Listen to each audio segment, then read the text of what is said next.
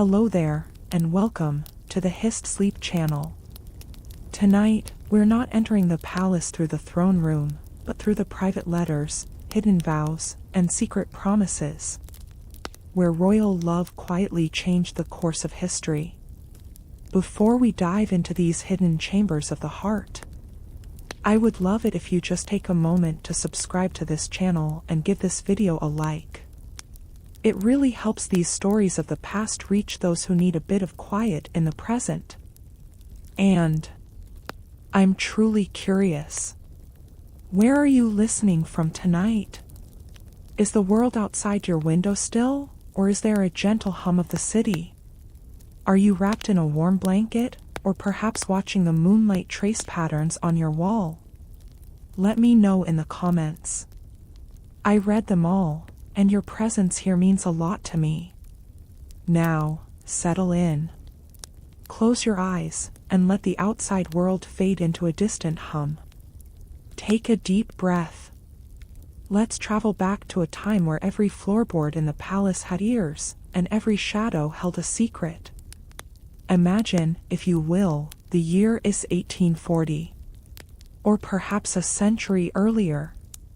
The era doesn't matter as much as the feeling of it. The air is thick with the scent of beeswax candles and damp stone. This is a world built on the rigid foundation of duty. In the great hall, there is no room for the word want. There is only must. A king or a queen is born into a contract before they are even born into a family. Their cradle is a political statement. Their education is a grooming for sacrifice.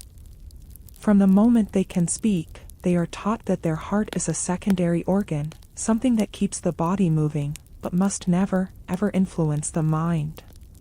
The crown, it sits on a velvet cushion. It looks beautiful from a distance, doesn't it? Studded with diamonds the size of walnuts, rubies red as a dying star. But have you ever thought about its weight? Not just the weight of the gold, but the weight of the lives it governs. To wear it is to lose yourself. But tonight, we are looking for the person underneath the gold. In the quietest hour of the night, that hour when the guards' eyes grow heavy and the torches begin to sputter, there is a movement in the north wing. A heavy oak door creaks, just a fraction of an inch. A figure emerges, not in royal robes, but wrapped in a simple dark cloak. This is the start of our journey.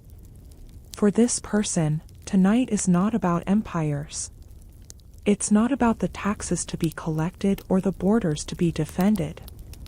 It is about a single name. A name that is never spoken in the throne room, but is whispered like a prayer in the dark. You see, the court believed they had planned everything. They had mapped out a marriage for this royal figure that would unite two continents.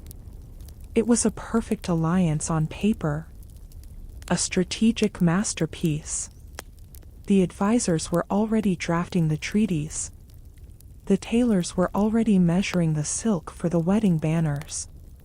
But they forgot one thing. They forgot that love is like water, it finds the smallest crack in the most solid wall. As our figure moves through the palace gardens, the grass is wet with dew. Each step is a risk. In this world, a royal's privacy is a crime. To be alone is to be suspicious. To be in love with the wrong person is to be a traitor. And yet, they walk. Because in a small cottage at the edge of the royal woods, or perhaps in a hidden library behind the chapel, someone is waiting. Someone who doesn't see a king or a queen. Someone who sees a tired soul in need of a laugh, a human being who just wants to be told they are enough, without their titles. Can you feel the tension in that silence? The conflict between a crown that demands everything, and a heart that only wants one thing. The history books usually tell us that these royals were cold. That they were calculated. But as we look at the letters they left behind, letters hidden in the linings of old trunks, or buried in the archives of loyal families, we see a different truth. We see words like "my only light" and "without you, this palace is but a tomb." Think about the sheer power of that emotion. To know that if you are caught, you might lose your status. You might be exiled. You might even lose your life. And yet, you keep going. You keep loving. This is why love was more powerful than the crown. Because the crown offers power over others, but love offers power over oneself. It gives a person the strength to say no to 1,000 years of tradition. As the sun begins to peek over the horizon, our royal figure must return. They must put on the mask again. They must sit on that hard, uncomfortable throne and listen to the boring talk of ministers. They must smile at the foreign ambassadors and pretend to be interested in the arranged marriage. But inside, they are glowing. They have a secret. They have a fire that no cold palace floor can extinguish. The advisors think they are in control. They think the prince is a puppet. They think his upcoming marriage is a settled matter. But they don't know that the prince has already made a vow that wasn't signed in ink, but in the silence of the garden. They think he will marry for the alliance. They think he will marry for the glory of the family name. But as the morning mist clears, and the palace wakes up, the prince is looking at a portrait. Not the portrait of the foreign princess he is expected to wed, but a small, hand-drawn sketch of a girl with no title, a girl he met by chance, and a girl he is about to shock the entire world for. The stage is set. The court is gathering. And the prince is about to make a choice that will ripple through the centuries, a choice that leads us to the person who truly started it all, the man who refused to be a pawn in the game of kings. As the bells of the cathedral begin to toll for the morning prayer, we leave the quiet garden and move toward the center of the scandal, toward the story of the prince who decided that a life of love was worth more than a lifetime of ruling. The morning mist still clings to the palace walls, a cold, gray veil that mirrors the heavy atmosphere inside the royal council chamber. As we saw earlier, the prince returned from the garden with a heart on fire, but a face as still as marble. He stands now before the heavy mahogany table, surrounded by men in powdered wigs and stiff collars, men who see the world as a game of chess, and the prince as their most valuable piece. They are talking about the alliance. They speak of the northern kingdom, of their ships, their gold, and the princess who waits there, a woman the prince has never met, yet whose life is already being stitched to his by the needles of diplomacy. Can you hear the scratching of their quills? It's a rhythmic, dry sound, the sound of destiny being written by anyone except the person who has to live it. The lead minister slides a document across the table. It is the marriage contract. It is thick, bound in blue silk, and smells of old parchment and sealing wax. To the ministers, this is peace. To the prince, this is the closing of a cell door. He looks at the ink, dark and permanent. And for a moment, the room fades away. He is no longer in the stuffy council chamber. He is back in that quiet cottage at the edge of the woods, where the air smells of dried lavender and wood smoke. He remembers the hands of the woman he loves, not soft from royal oils, but strong and warm. He remembers her laugh, a sound that doesn't belong in a palace, a sound that is too honest for a throne room. The minister clears his throat. Your Highness? The seal is ready. The prince looks up. The light from the high windows catches the gold thread on his sleeve. He realizes that if he signs this, he isn't just marrying a stranger, he is betraying the only truth he has ever known. He thinks of his father, the old king, whose own marriage was a treaty. He remembers the silence between his parents, the cold dinners, the polite, empty conversations that felt like rehearsals for a play no one wanted to watch. He remembers seeing his mother look out of the window at the birds, her eyes filled with a longing that no crown could satisfy. Is this his future? To be a ghost in his own life? Slowly, very slowly, the prince reaches out. But he doesn't take the pen. He pushes the document back. The silence that follows is deafening. It's the kind of silence that happens right before a storm breaks. The ministers exchange glances. They don't understand. There is a problem with the dowry, perhaps, one asks. No, the prince whispers. His voice is low, but it carries to the farthest corner of the room. The problem is not the gold. The problem is the soul. He begins to speak, not as a prince, but as a man. He tells them that an empire built on a loveless union is an empire built on sand. He tells them that he has found a partner, someone who knows his fears, someone who challenges his mind, someone who loves the man who exists when the crown is taken off. The outrage is immediate, but muffled, as royal outrage always is.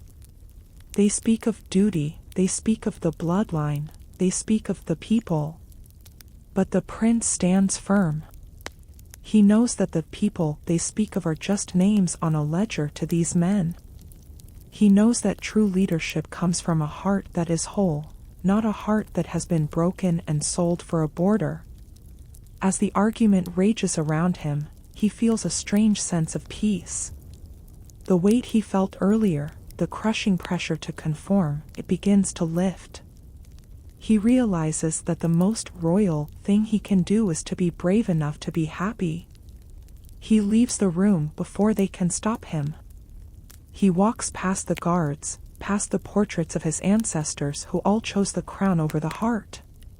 He can almost feel their eyes following him, some with judgment, but some, perhaps, with envy.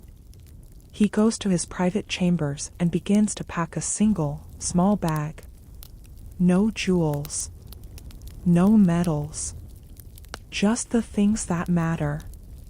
He knows the consequences. He knows he will be stripped of his titles. He knows the newspapers will call it a scandal. He knows his cousins will whisper about his madness. But then he thinks of the evening ahead. He thinks of walking down that forest path, not as a future king, but as a husband-to-be. He thinks of a life where every morning is started with a genuine smile, not a formal bow. He leaves the palace through a side door, the same one we saw him use in the first part of our story. But this time, he isn't wearing a cloak to hide. He is wearing it to leave. As he reaches the edge of the royal grounds, he stops and looks back at the massive stone structure. It looks so small from here. All those towers, all those soldiers, all of it held together by rules that people forgot they had the power to change. He turns his back on the palace and walks into the trees. The transition is complete. The alliance is broken, but a life is beginning. However, as the prince finds his freedom, he is not the only one watching the moonlight. Across the palace, in the queen's private apartments, a different kind of story is unfolding. While the prince chose to leave, the queen has chosen to stay. But her staying is not a surrender. She too has a secret, a romance that didn't lead to an exit, but to a quiet, invisible rebellion within the very heart of the court. As the prince's footsteps fade into the forest, we shift our gaze back to the flickering candles of the queen's vanity mirror, where she sits alone, holding a letter that was never meant to be delivered. The prince's choice was a loud one, but the queen's choice, hers is a whisper that will prove just as dangerous, as we move from the prince who left for love, to the queen who chose her heart while keeping her court. The heavy iron gates of the palace forest have closed behind the prince, and as the sound of his horse's hooves fades into the midnight mist, a profound silence returns to the stone corridors. But this silence is deceptive. While the court reels from the prince's open defiance, there is another story unfolding in the shadows of the East Wing. a story not of departure, but of a quiet, enduring presence. High above the courtyard, in a room draped in heavy crimson velvet and scented with the faded aroma of dried roses, the queen sits by her window. She has watched the prince leave. She saw the flick of his cloak as he vanished into the trees, and for a moment, a rare, bittersweet smile touched her lips. He has done what she could never do. He has walked away. But as we settle into the stillness of her private chambers, we begin to realize that her choice, though different, was no less powerful. The queen is the anchor of the state. To the public, she is a statue of duty, a woman of cold elegance whose emotions are as tightly laced as her corsets. The court sees her as the ultimate guardian of tradition. They believe her heart is as made of marble as the statues that line her gallery. But tonight, we are not looking at the queen. We are looking at the woman named Elizabeth, or perhaps Marie, or Sophia.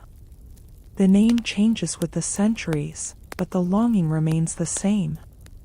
She turns away from the window and moves toward a small, inconspicuous writing desk in the corner of the room.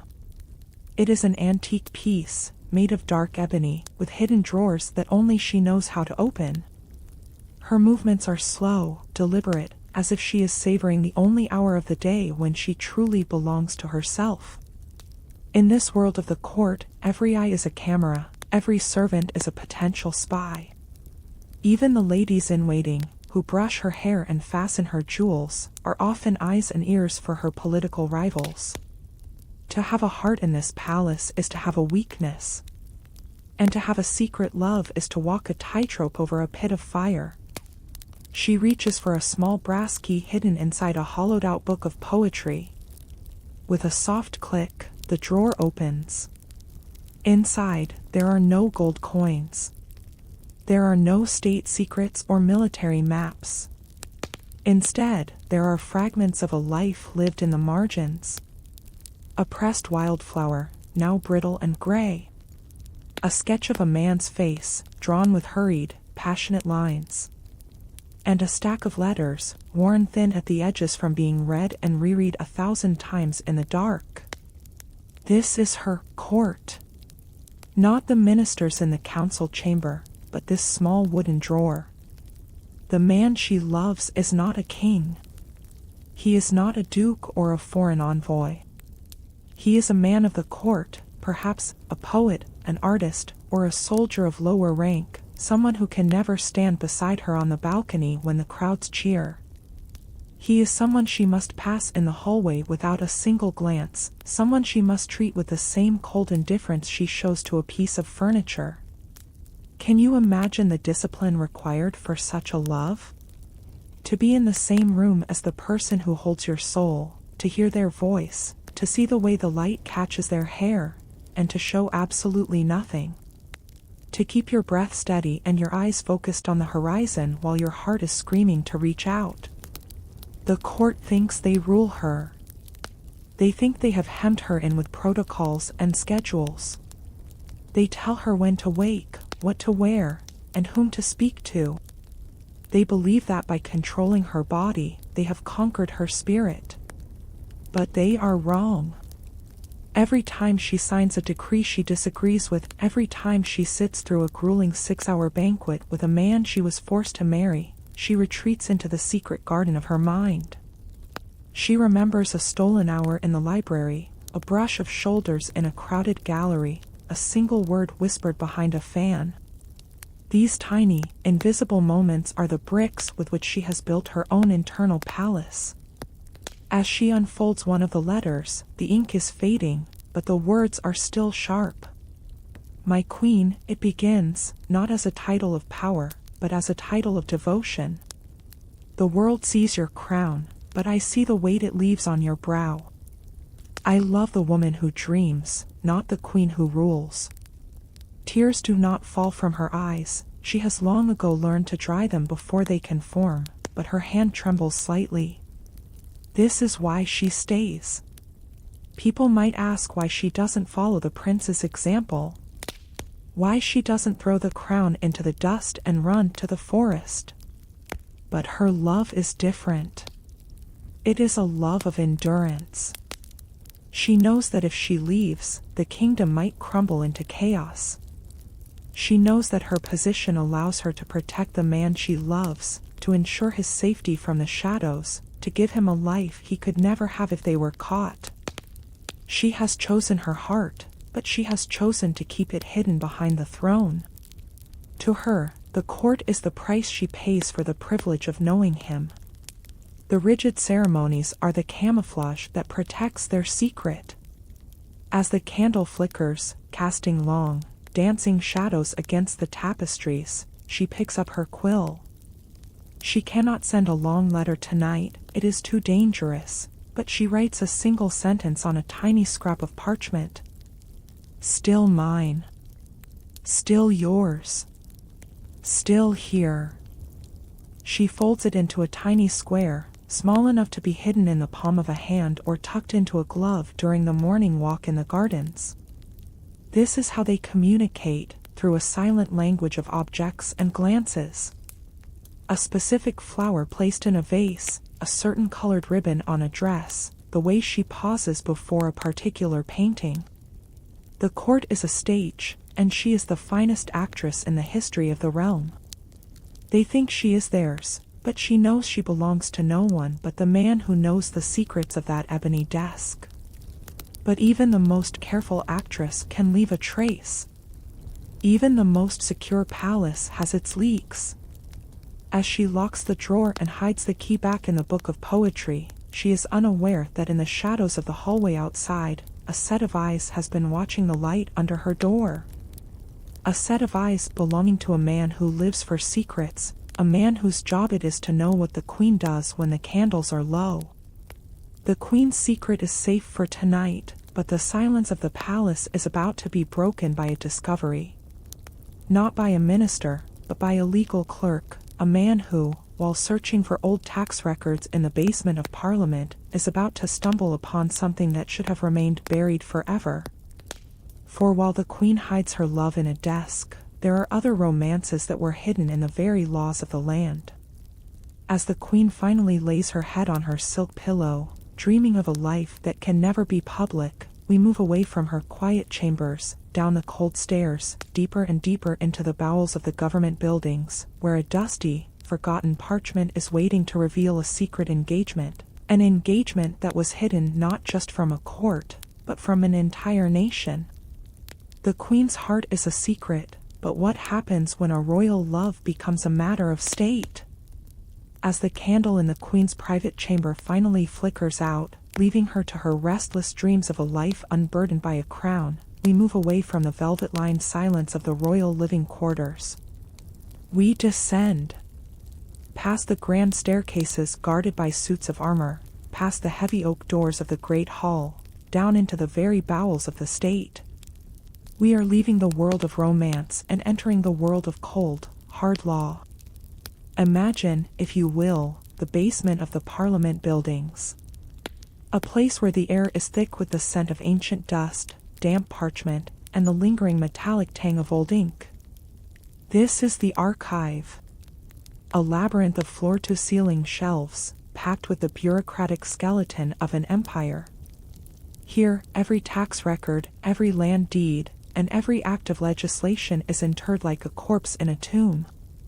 It is here, in the year 1892, or perhaps much earlier, for time behaves differently in the shadows, that a young legal clerk named Thomas finds himself working late into the night.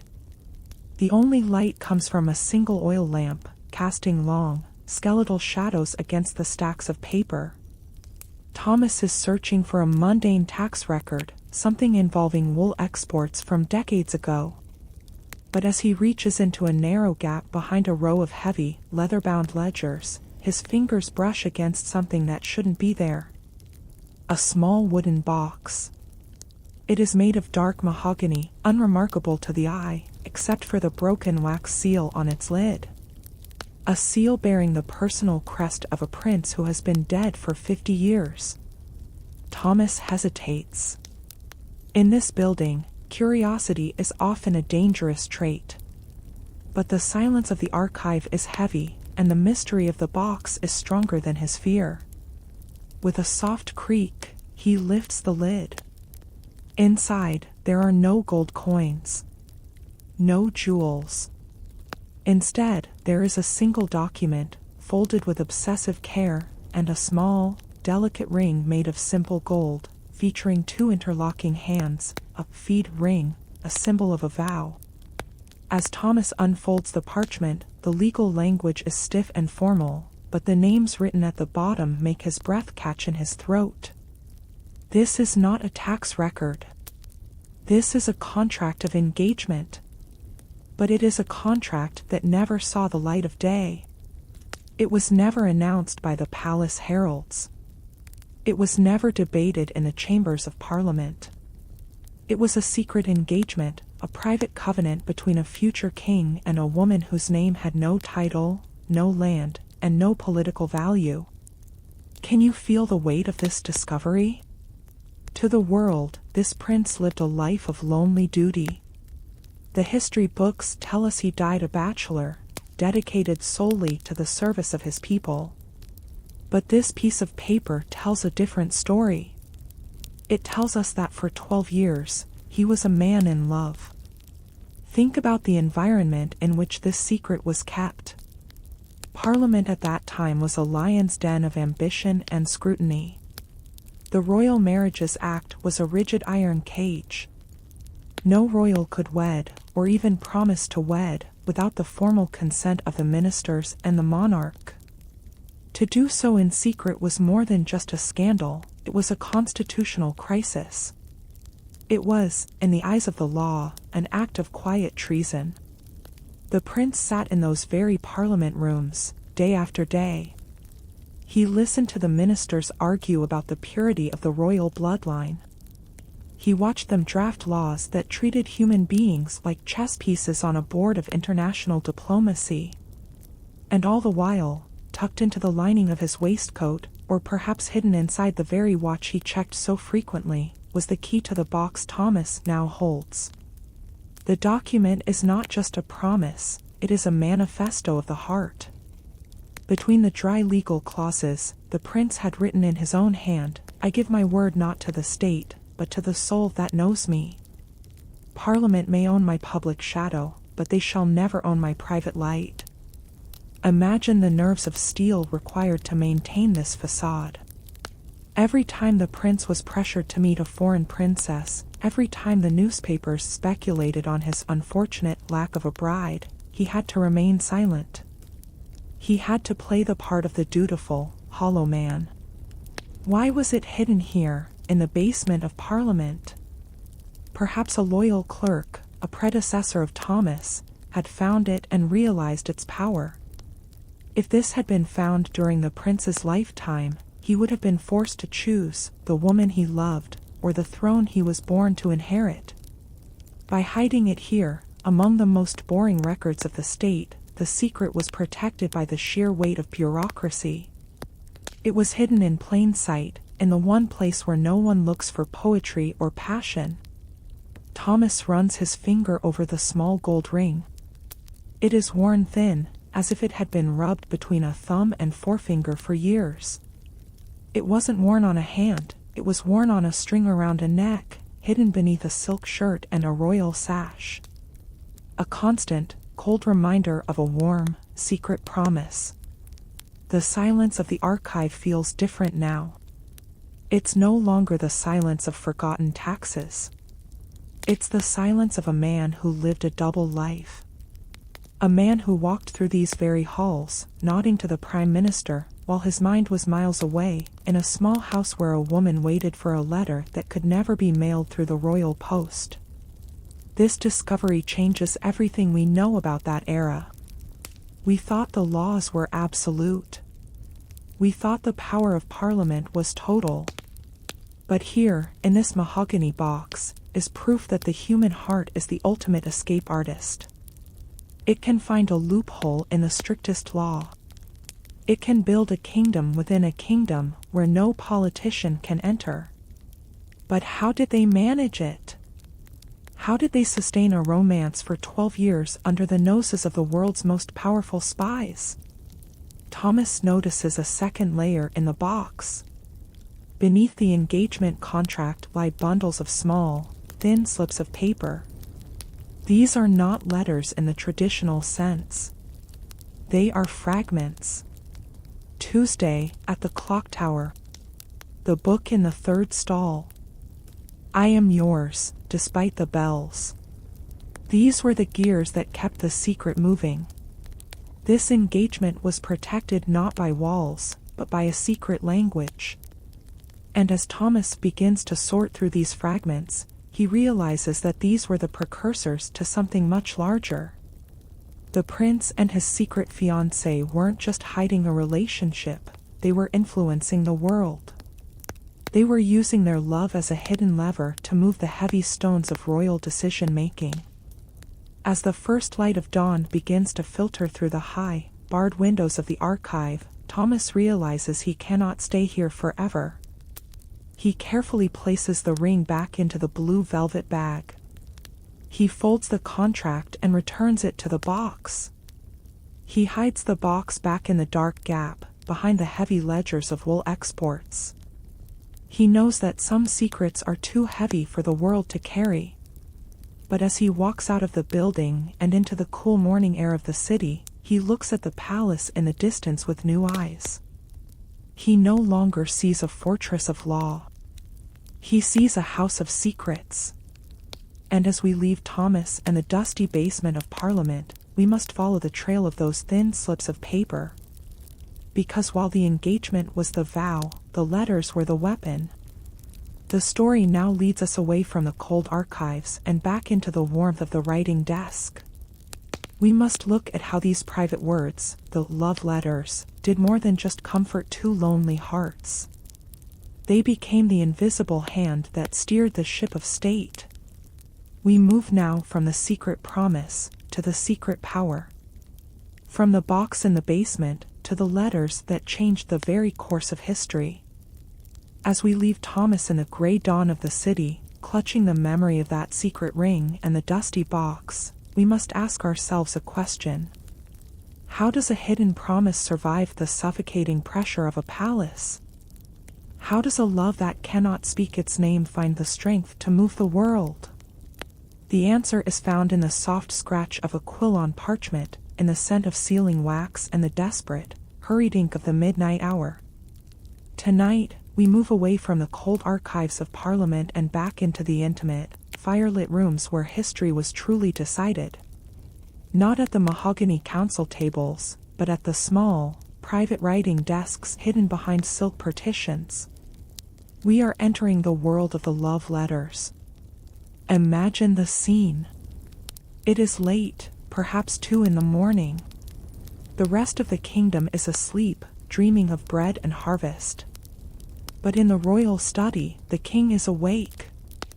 Before him lies a decree for war. His generals have advised it. His ministers have demanded it. The map of Europe is spread across his desk, marked with the cold, calculated lines of troop movements and territorial gains. The king takes up his pen to sign. The ink is wet. The decision seems final. But then, his eyes wander to a small, unassuming pile of correspondence tucked away in a private drawer. He reaches past the state papers and pulls out a single sheet of ivory-toned paper. It doesn't smell of the dusty office of the Prime Minister. It smells of lavender and the outdoors. It is a letter from her. As he reads, his hand slows. My dearest, the letter begins. I saw the soldiers marching past the village today. I saw the faces of the mothers as they watched their sons disappear into the dust. You were born to be a king, but I fell in love with a man of peace. Do not let the crown harden your heart into stone. Can you feel the shift in the room? The air, once heavy with the tension of impending battle, suddenly feels lighter. These letters were not just romantic fluff. They were the moral compass of a ruler who was being steered toward a cliff by those who only cared for power. In the history books, we read that the king unexpectedly chose a diplomatic solution. They call it a masterstroke of political strategy. But they don't know about the 3-page letter tucked into his breast pocket as he walked into the negotiation room. They don't know that the peace of a nation was secured by the gentle, persistent logic of a woman who wasn't even allowed to attend the meeting. This is the hidden power of the love letter. In this world of the 19th century, letters were the only place where a royal could be honest. In public, every word was rehearsed. Every speech was vetted by advisors. But in a letter, they could be vulnerable. They could admit to being tired. They could admit to being afraid. Think of the physical journey these letters took. They weren't sent through the official royal post. That was far too dangerous. No, these letters traveled through the backstairs path. A trusted gardener who would leave a note inside a hollowed-out tree. A lady-in-waiting who would sew a letter into the lining of a winter coat. A stable boy who would hide a scrap of paper inside a bag of oats. Every letter was a gamble. Every word was a risk. And yet, they wrote. They wrote volumes. There is one famous story of a queen whose country was on the verge of an economic collapse. Her ministers were pushing for harsh taxes that would have crushed the poor. The queen was young, inexperienced, and surrounded by men who looked at her as a child. But she had a secret correspondent. A man she had met during a summer in the countryside, a scholar who lived far from the noise of the city. Every night, they exchanged ideas. He taught her about the lives of the people she ruled. He told her stories of the farmers and the weavers, stories that the palace walls were designed to keep out. He wrote to her, "A throne is only as high as the happiness of the people beneath it. Do not build your glory on their suffering." When the queen finally stood before her council, she didn't speak with the voice of a girl. She spoke with the wisdom of someone who had spent 1,000 nights reading the truth. She rejected the taxes.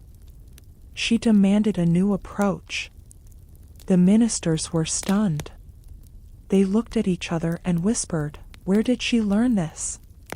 She learned it in the silence of her library, under the light of a single candle, reading words that were never meant for history to remember. These letters were the bridge between the palace and the real world. They were the invisible threads that connected the highest peaks of power to the grounded reality of the human heart. But there is a darker side to this power. Sometimes, these letters weren't used to stop wars, but to start them. Sometimes, a jilted royal lover would use the power of the pen to poison a king's mind against a rival. A letter filled with half-truths and jealous whispers could be more deadly than 1,000 cannons. "Your rival in the East speaks ill of your name," one letter might say. "He mocks your crown in the shadows of his own court." The king, fueled by the passion of love and the sting of pride, would lash out. And the world would wonder why two nations that had been friends for decades were suddenly at each other's throats. History is not a machine. It is a messy, beautiful, tragic collection of human impulses. And in the era of the secret royal romance, those impulses were carried on the wings of paper.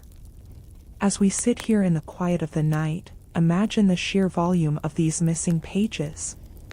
For every letter we have found, like the ones Thomas discovered in the archives, there are 10,000 that were burned. They were burned in fireplaces to keep the secret from the spies. They were swallowed by the sea when ships went down. They were buried in the graves of those who wrote them, held close to the heart even in death. Can you see the smoke rising from the palace chimneys? It's not just wood burning. It's the evidence of 1,000 heartaches. It's the final act of protection for a love that could never be public. But the influence remains. The decisions that were made, the laws that were changed, the marriages that were avoided, the wars that were stopped, they are the permanent record of those vanished letters. The ink may have faded, and the paper may have turned to ash, but the world we live in today was built by the emotions contained within those envelopes.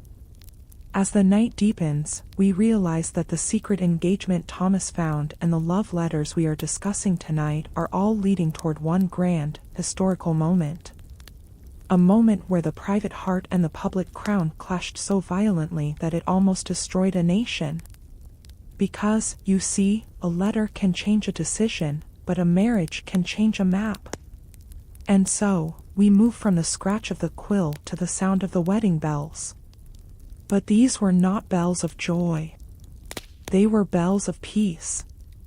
We are heading toward a story of two people who hated each other until they saw the letters they were forced to write. A story of how a marriage, born in the coldness of a treaty, was transformed into a love that stopped a continent from burning. As the king in our study finally blows out his lamp and walks toward his bed, his heart is quiet. He has made his decision.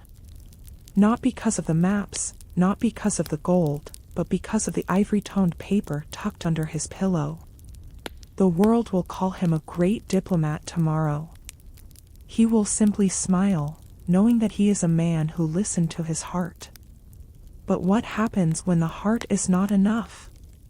What happens when the survival of a kingdom depends on a marriage that no one wants? The ink is dry on the letters, but the ink is about to be poured onto a new treaty. A treaty that will be sealed not just with wax, but with a wedding ring.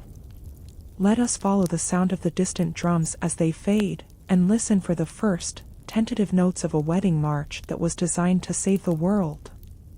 The ink on those private letters has barely dried, and the whispers of the royal study still linger in the air, but outside the palace walls, the world is moving at a much more violent pace.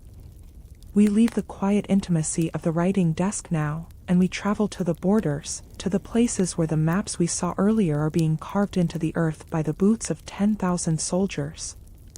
Imagine the horizon. It is not filled with the soft glow of a candle, but with the harsh, flickering orange of watchfires. Two empires stand face to face. For decades, they have been rivals. Their languages are different, their religions are at odds, and their pride is a wall that no diplomat has been able to climb. The drums have already begun their slow, rhythmic thrum, the heartbeat of an approaching war. In the capital cities, the generals are sharpening their swords. They speak of glory and territory. They look at the young men in the villages and see only numbers. But in the heart of this storm, there are two people who see something else. A prince from the east, and a princess from the west. They have never met. To them, the other is merely a name in a briefing, a face on a cold, painted miniature. But because of the letters we explored earlier, those secret exchanges of wisdom and mercy, a desperate idea begins to take root in the minds of the weary monarchs. What if the war could be buried? Not in a grave, but in a wedding bed. This is the story of a marriage that was never meant to be a romance. It was designed as a fortress. A human treaty. A sacrifice of 2 lives to save 2 million. Can you feel the coldness of the cathedral on the day of the ceremony? There is no joy in the air. The flowers are beautiful, yes, but they smell like a funeral. The guests on the left side of the aisle glare at the guests on the right. They are enemies dressed in silk. The princess walks down the aisle, her veil heavy with diamonds that feel like lead. She knows that she is the price of peace. She is being traded for a border. She looks at the prince standing at the altar, a man whose people have killed her kinsman, a man whose very name has been a curse in her father's house. And he looks at her, seeing the daughter of the man who burned his southern provinces. As they join hands, the silence is so thick you can hear the flickering of the altar candles.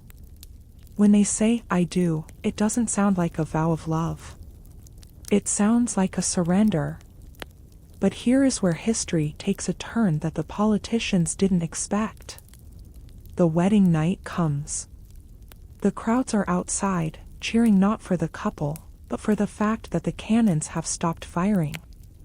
Inside the palace, the prince and princess are left alone in a massive, cold chamber. They are strangers bound by a golden ring and a mountain of resentment. They sit at opposite ends of the room. The silence is a chasm. Then, the prince speaks. He doesn't speak of politics. He reaches into his jacket and pulls out a small, crumpled piece of paper. It is one of the letters we heard about before, a letter that had been intercepted months ago. "I read what you wrote to your sister," he says, his voice low and tired. "You said you were afraid that you would lose your soul to this crown." I felt the same." The princess looks up. For the first time, she doesn't see a rival prince. She sees a human being who is just as trapped as she is. They begin to talk.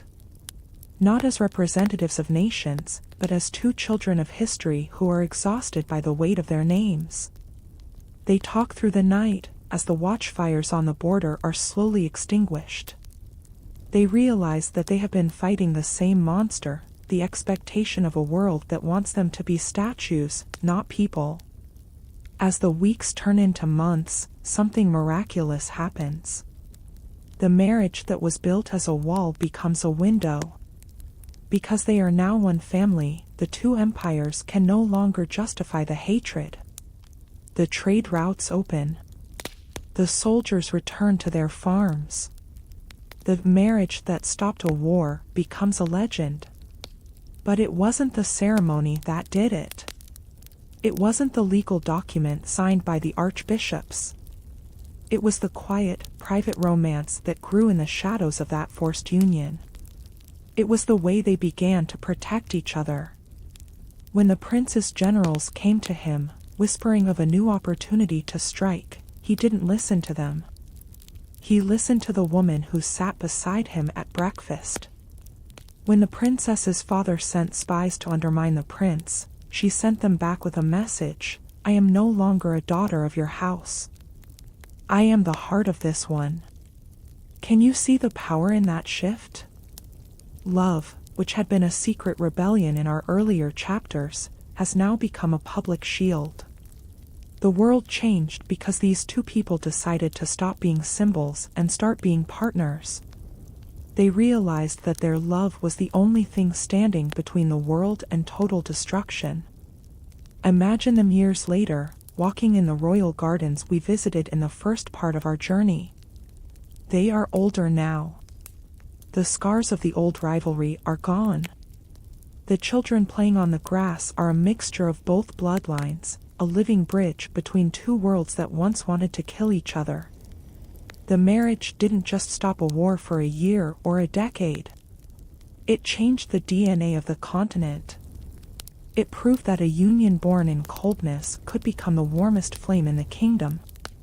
But as the peace settled over the land, a new mystery began to grow.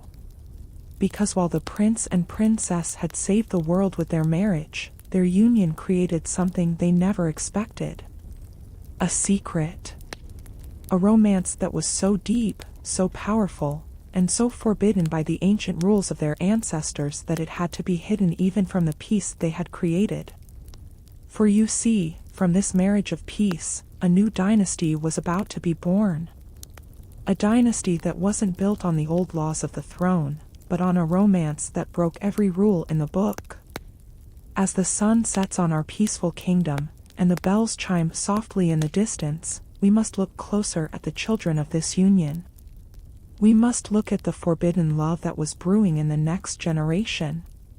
The war was over, but the struggle between the crown and the heart was only just beginning.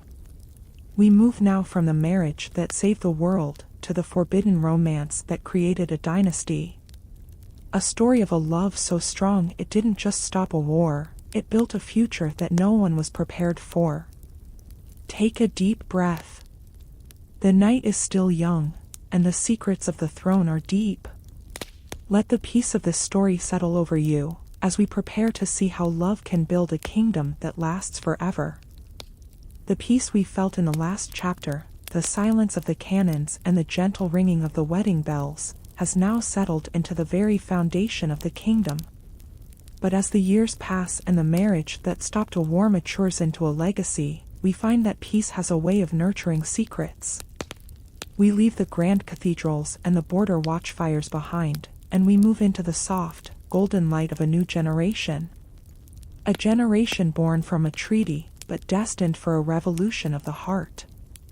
Tonight, we explore a love that was never supposed to exist.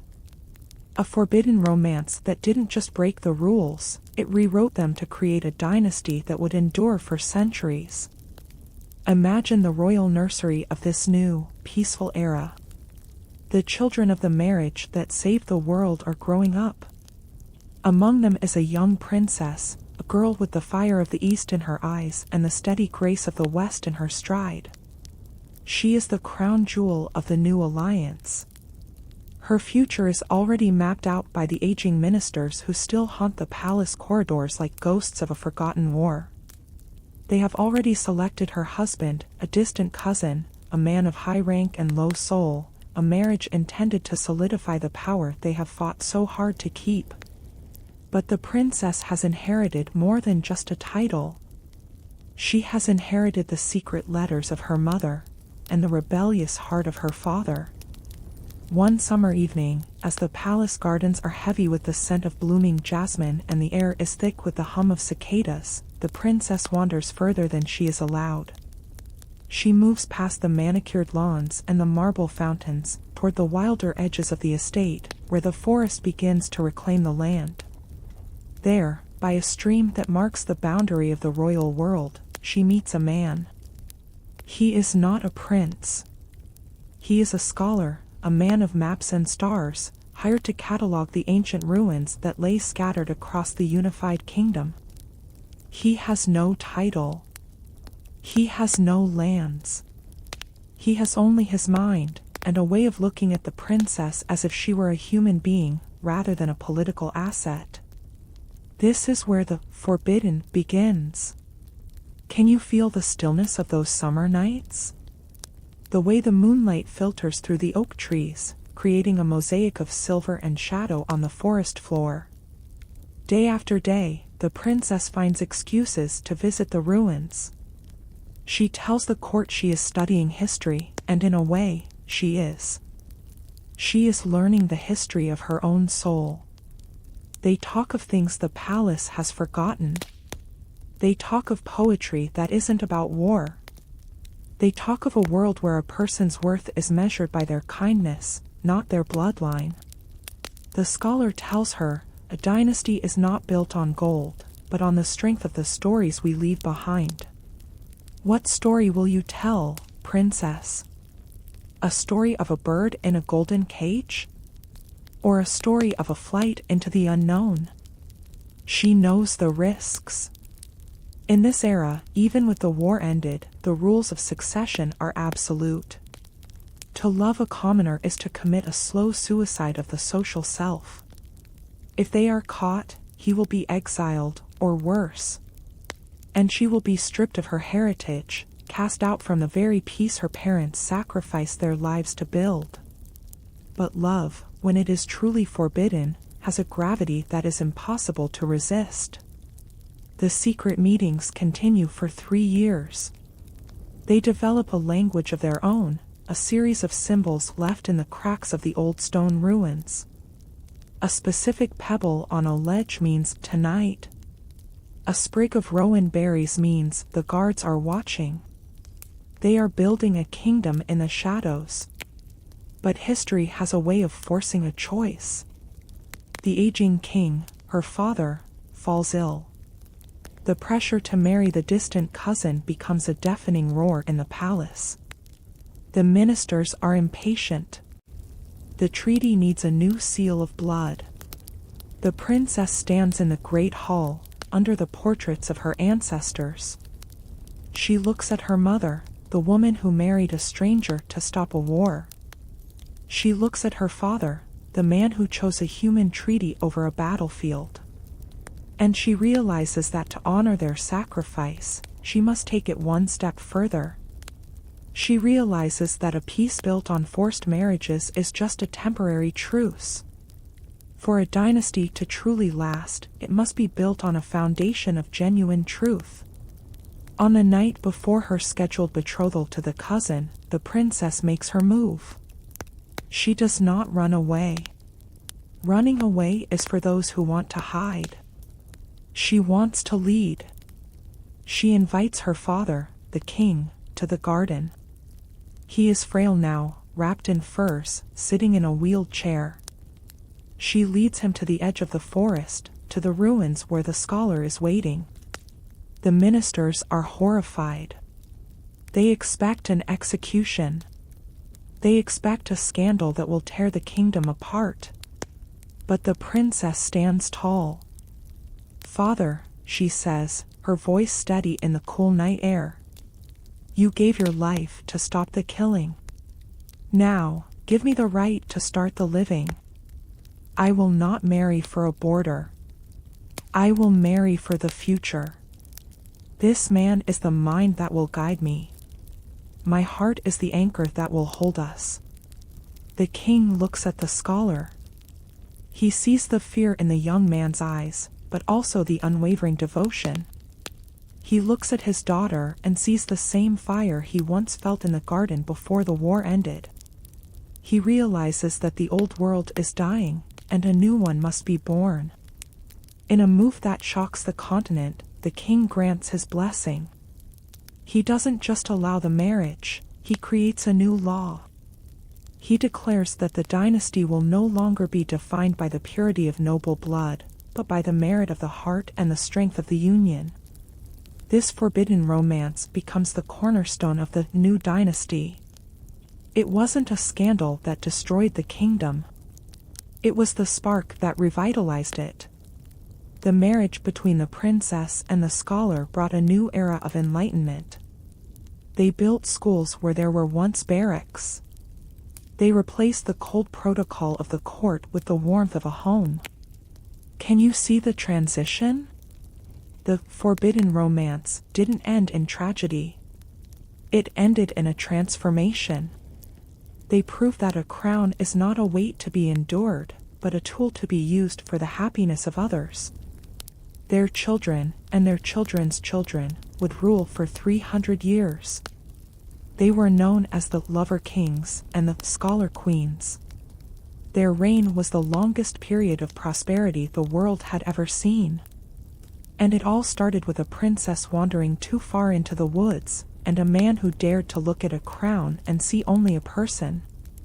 As the moonlight fades and the first hints of a new dawn touch the palace towers, we see that the forbidden has become the foundation. The secret has become the law. But as this new dynasty flourishes, we find that the most successful rulers are not those who rule with fear, but those who rule with a partner. Those who find their best friend in the person wearing the other crown. The story of the forbidden romance has created the dynasty, but now we must look at how that dynasty stayed strong. Not through politics, but through the rarest of all royal treasures, a marriage of true friendship. We move now from the rebellion of the forbidden to the steady, quiet power of a royal couple who ruled not just as sovereigns, but as best friends. As you drift closer to sleep, imagine the walls of the palace softening. Imagine the heavy stones becoming light. The world is changing, and love is the architect. The sun is rising on a kingdom that is no longer afraid of its own heart.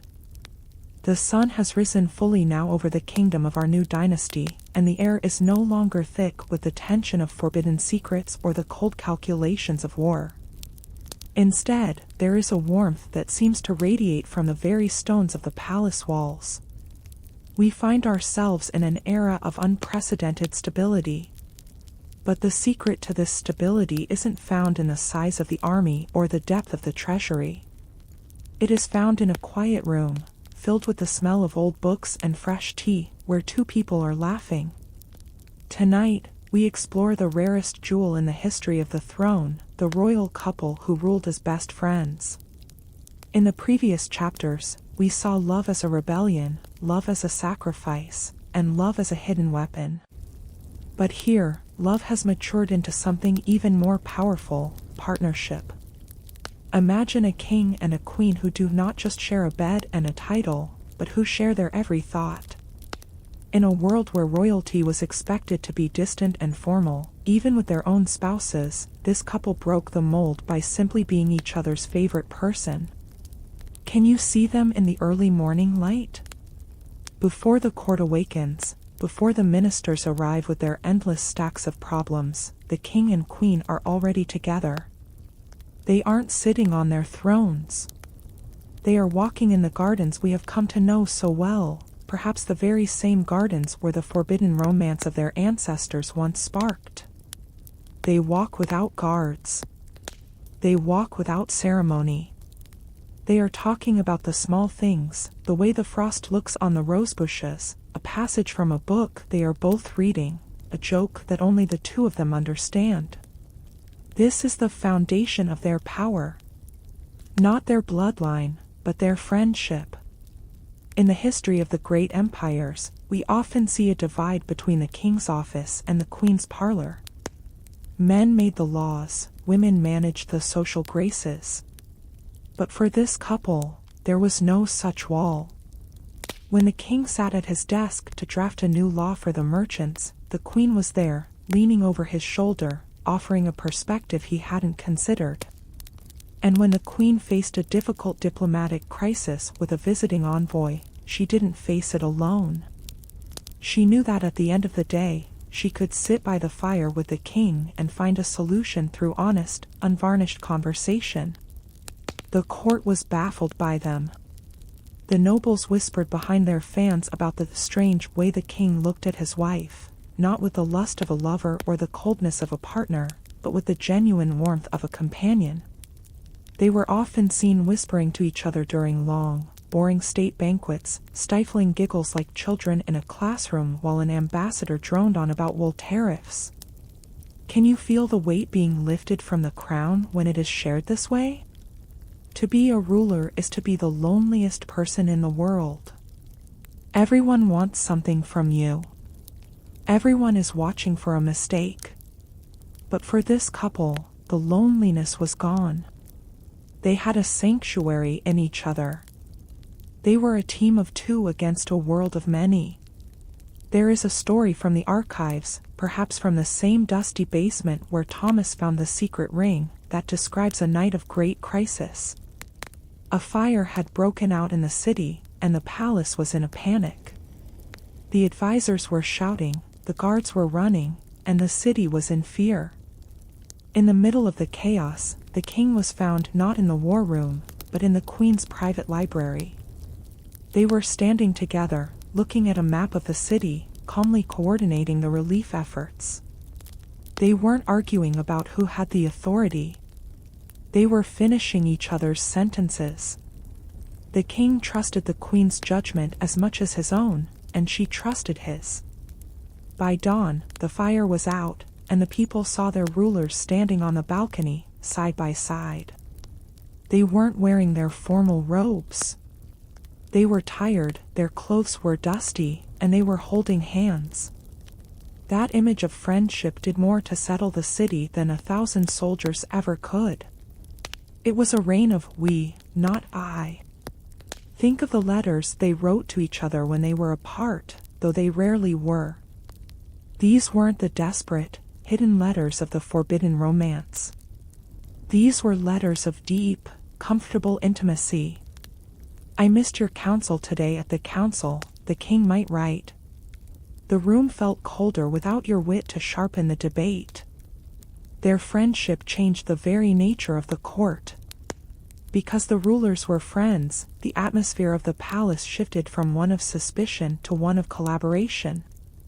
The ministers began to work together because they saw their leaders doing the same. The new dynasty we spoke of in the last chapter became a golden age because it was led by two people who actually liked each other. But why does history almost forget these stories? Perhaps because they aren't dramatic in the way tragedies are. There are no betrayals here. No poisonings.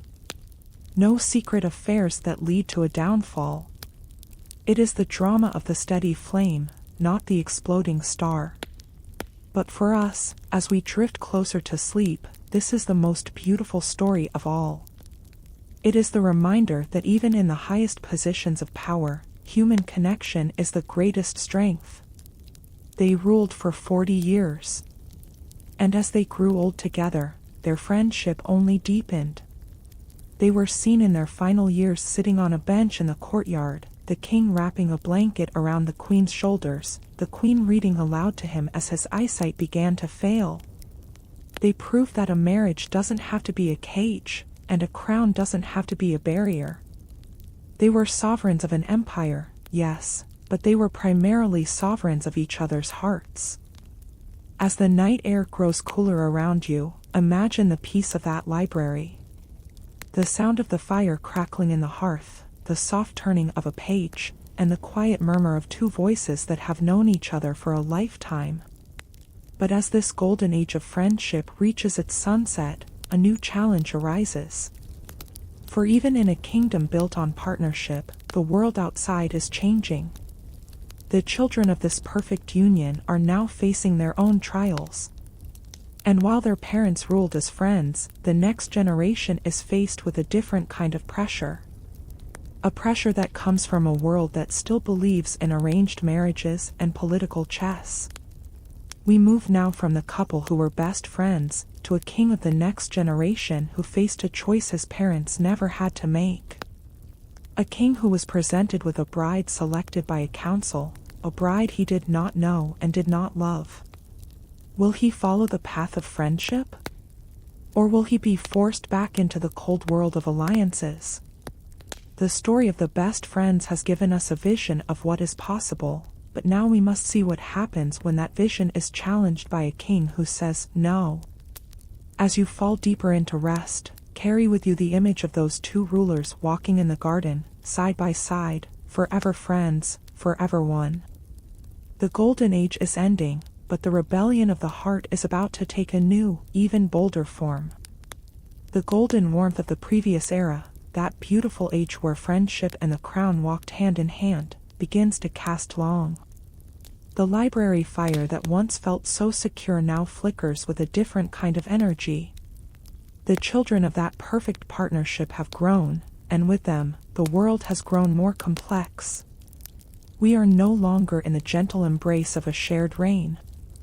We are standing at the threshold of a cold, marble hall, where the weight of tradition is trying to reclaim its territory. Tonight, we sit in the silence of the throne room to witness a moment of profound defiance, when a king refused an arranged bride. Imagine the young king, the successor to that legacy of friendship. He has spent his life watching his parents rule as one. He has seen what true devotion looks like. He has breathed the air of a palace where love was the foundation, not the exception. But the world outside the palace walls is a hungry machine.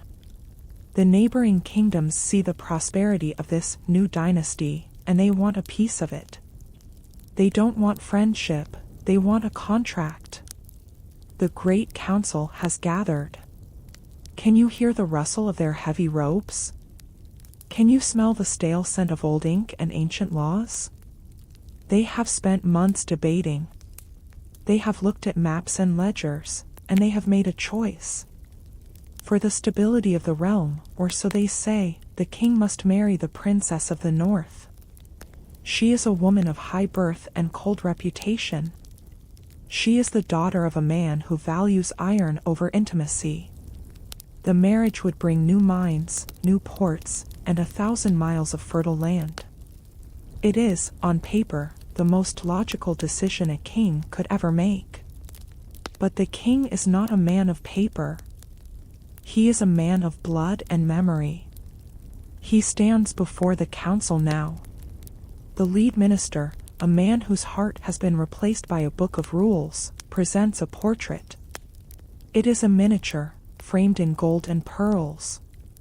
The princess in the painting is beautiful in a distant, frozen way. She looks like a statue waiting for a pedestal. "Your Majesty," the minister says, his voice like the grinding of dry stones. "The alliance is ready. The princess is already on her way to the border. The people expect a queen who brings them security. Your signature is all that remains." The king looks at the portrait. Then he looks at the empty chair beside his throne, the chair where his mother used to sit, whispering jokes to his father. He remembers a conversation he had with his father years ago. They were sitting by the lake, watching the swans. His father had turned to him and said, "A king can survive a war. He can survive a famine. But he cannot survive a home where there is no light in his wife's eyes. Do not let them turn your life into a transaction." The king looks back at the minister. "And what of my heart?" he asks quietly.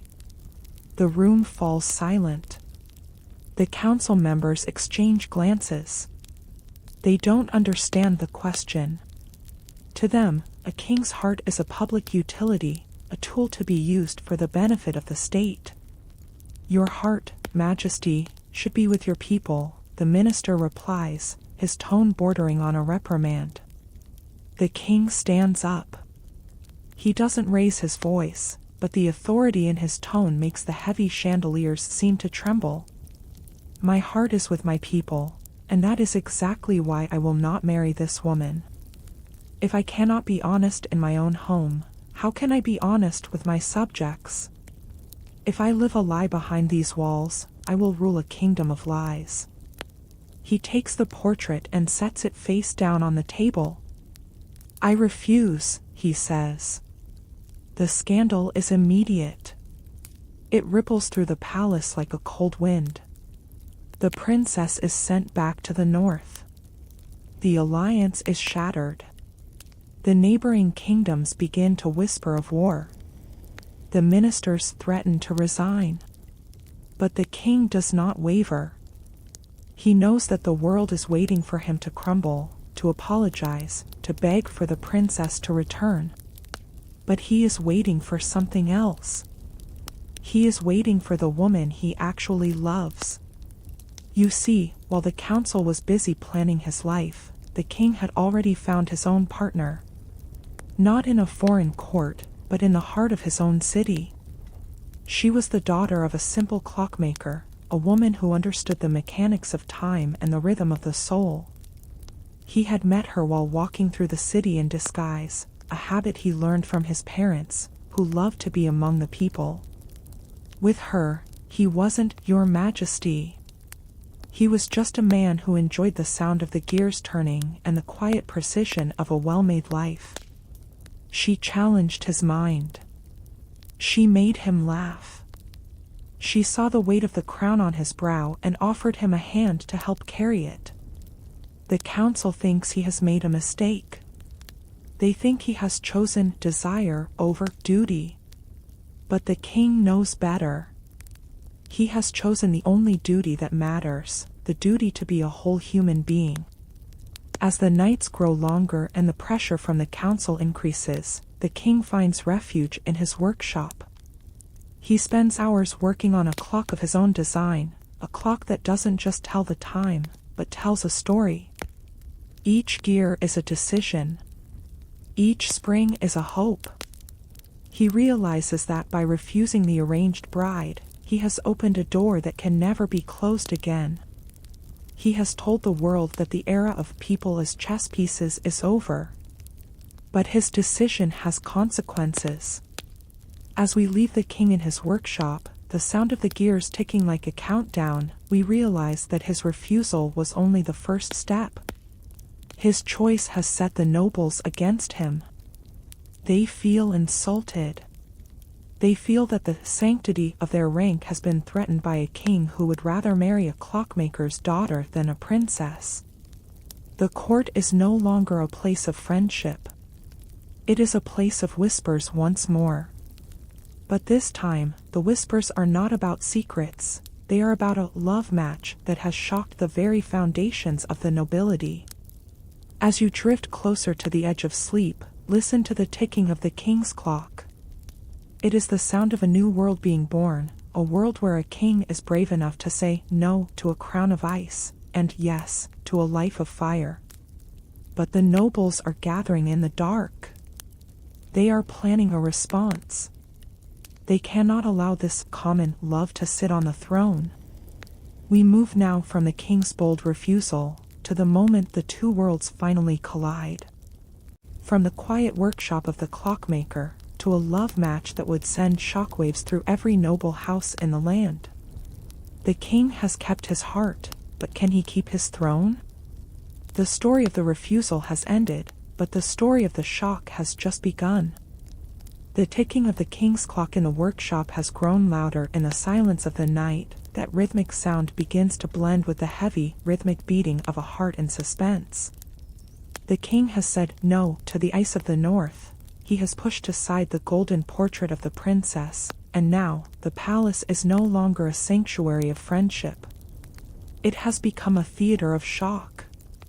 Tonight, we step into the grand ballroom, where the air is thick with the scent of lilies and the sharp, cold edge of judgment, to witness a love match that would shake the very foundations of the nobility. Imagine the scene. It is the night of the winter masque. The grandest event in the royal calendar. The great hall is a sea of silver and blue. The nobles are all there, every duke, every earl, and every baroness in the land has arrived, draped in furs and dripping with diamonds. They are here to see the king's defeat. They believe that after his refusal of the northern princess, he will finally come to his senses, that he will choose one of their own daughters to mend the political rift. Can you hear the music? A slow, stately waltz is playing. But the conversation is louder than the violins.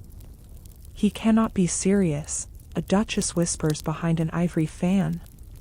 A clockmaker's daughter? It is a fairy tale for children, not a policy for a kingdom. They are waiting for him to enter alone. They are waiting for him to look broken and regretful. But then, the heavy oak doors at the end of the hall swing open. The trumpets do not sound a fanfare of war, but a clear, bright note of celebration. The king enters. But he is not alone.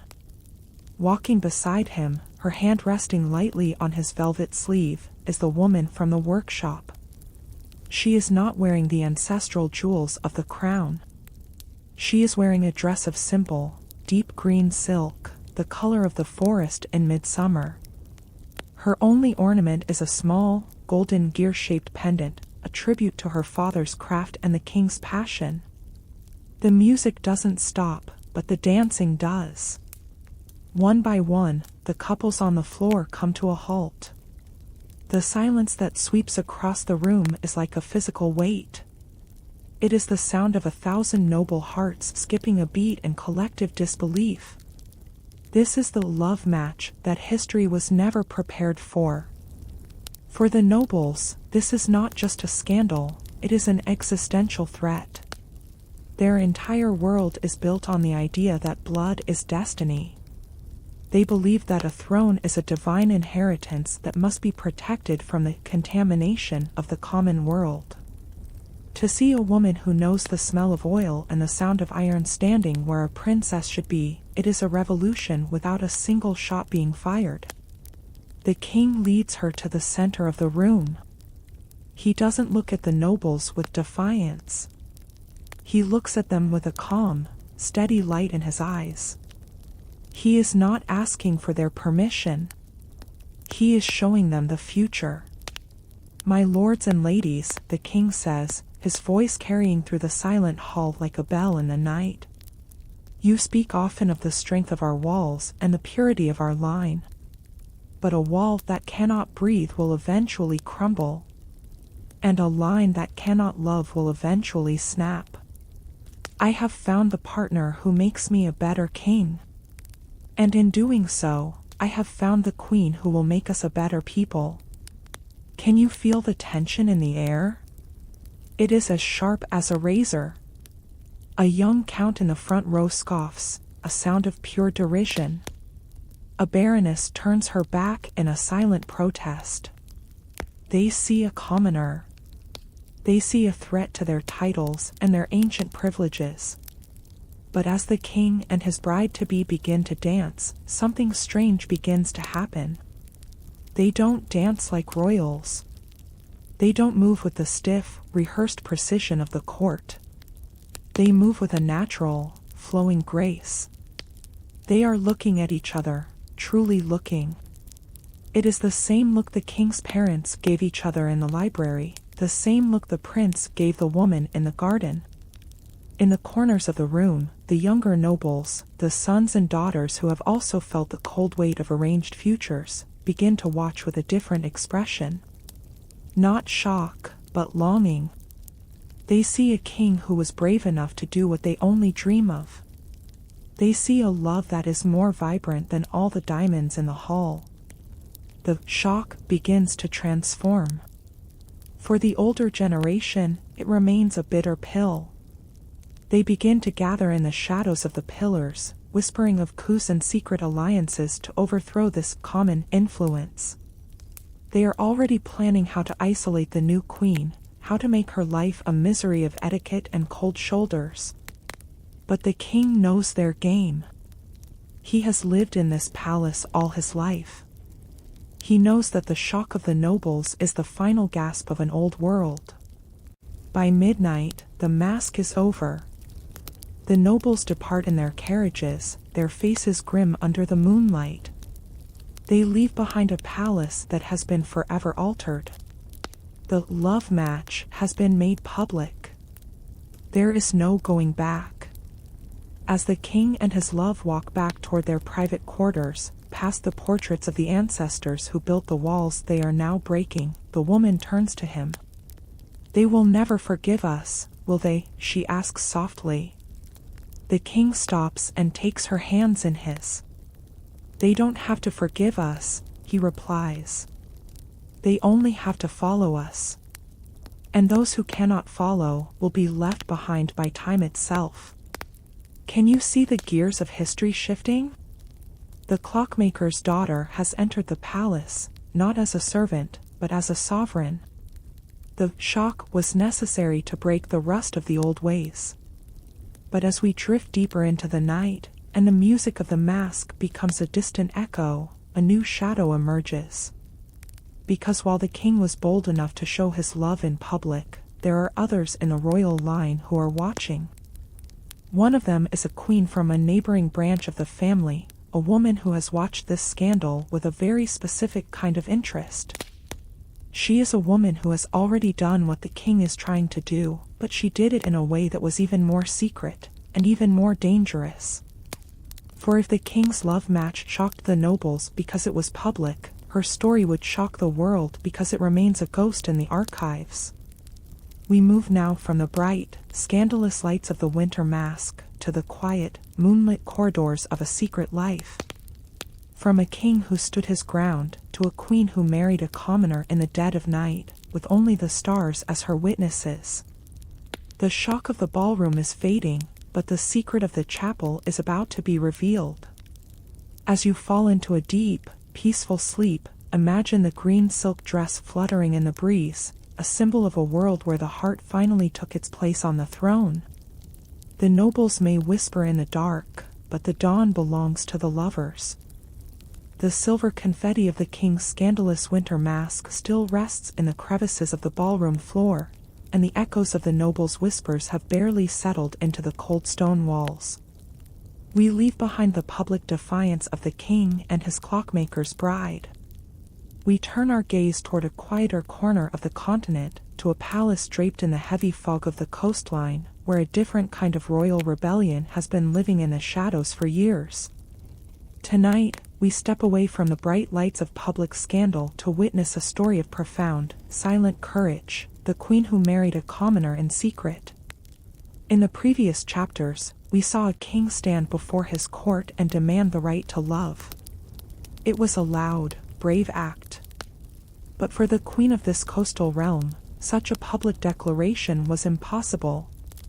Her kingdom was smaller, its laws more ancient, and its enemies more predatory. For her, to reveal a commoner at her side would not have been a shock, it would have been a death sentence for her reign. And so, she chose a different path. A path of shadows, of whispers, and of a devotion that required her to be a master of disguise in her own home. Imagine her daily life. To the world, she is the Virgin Queen, the Ice Rose of the North. She sits on a throne of carved whalebone, wearing robes of stiff white brocade that make her look like a statue. She is the image of untouchable, lonely power. The ministers admire her coldness, the ambassadors fear her silence. They believe she has sacrificed her humanity for the crown. But as the sun sets over the gray Atlantic and the palace enters its nightly ritual of locking the gates, the ice rose begins to melt. She dismisses her ladies-in-waiting earlier than usual. She complains of a headache, a familiar excuse that has become her greatest shield. Once the heavy oak doors of her bedchamber are bolted from the inside, she does not go to sleep. She moves to a tapestry on the far wall, a grand depiction of a sea voyage. With a practiced touch, she finds a hidden lever. A portion of the wall swings open to reveal a narrow, winding staircase. Can you hear the soft rustle of her silk slippers on the stone steps? This is her secret bridge. It leads not to a dungeon, but to a small, warmly lit apartment located in the base of a forgotten watchtower, a tower that the court believes is haunted and empty. Inside that room, there is no marble. There are no crowns. There is only the smell of fresh bread, the warmth of a small hearth, and a man waiting by the window. He is a doctor, or perhaps a ship's architect, a man who works with his hands and his mind. He has no title to his name, but in this room, he is the king of her heart. They have been married for 5 years. Think of the absolute secrecy required for such a union. They were wed in a midnight ceremony in a ruined chapel by a priest who died months later, taking their secret to the grave. No documents exist in the royal archives. No ring is worn on her finger during the day. Their marriage exists only in the shared breath of this secret room. Can you feel the strange, beautiful peace of this hidden life? While the king in our last chapter fought the nobles with words, this queen fights them with silence. Every day, she performs the role of the lonely monarch, only so she can return to this room and be a wife. In the history books, her reign is described as one of singular focus. They praise her for her tireless dedication to the navy and the trade guilds. But they don't know that her ideas for the new ship designs came from midnight conversations in this tower. They don't know that her mercy toward the poor was inspired by the stories her husband told her of the people he treated in the city's hospitals. She is a better queen because she is a secret wife. But the cost of this secret is a heavy one. She cannot share her joys with her subjects. When she discovered she was with child, she had to hide her condition under ever-thickening layers of royal robes, eventually retreating to a seaside health resort for months to give birth in total isolation. Her son was sent to the countryside to be raised as the ward of a loyal nobleman, a boy who looks into the eyes of the queen once a year and has no idea she is his mother. This is the tragedy of the secret royal marriage. To protect the love, you must deny the family. As we sit in the quiet of this watchtower, watching the queen and her commoner husband share a simple meal of soup and wine, we realize that this is perhaps the most American of royal stories. It is the story of the self-made life. They have built a world that doesn't rely on the permission of the state. They have found a way to be free within a fortress. But even the most perfect secret has a shelf life. As the years pass, the queen's husband grows older. He cannot always hide in the tower. Sometimes, he takes risks. He walks the city streets, watching the queen's carriage pass by, his heart breaking because he cannot reach out and touch her hand.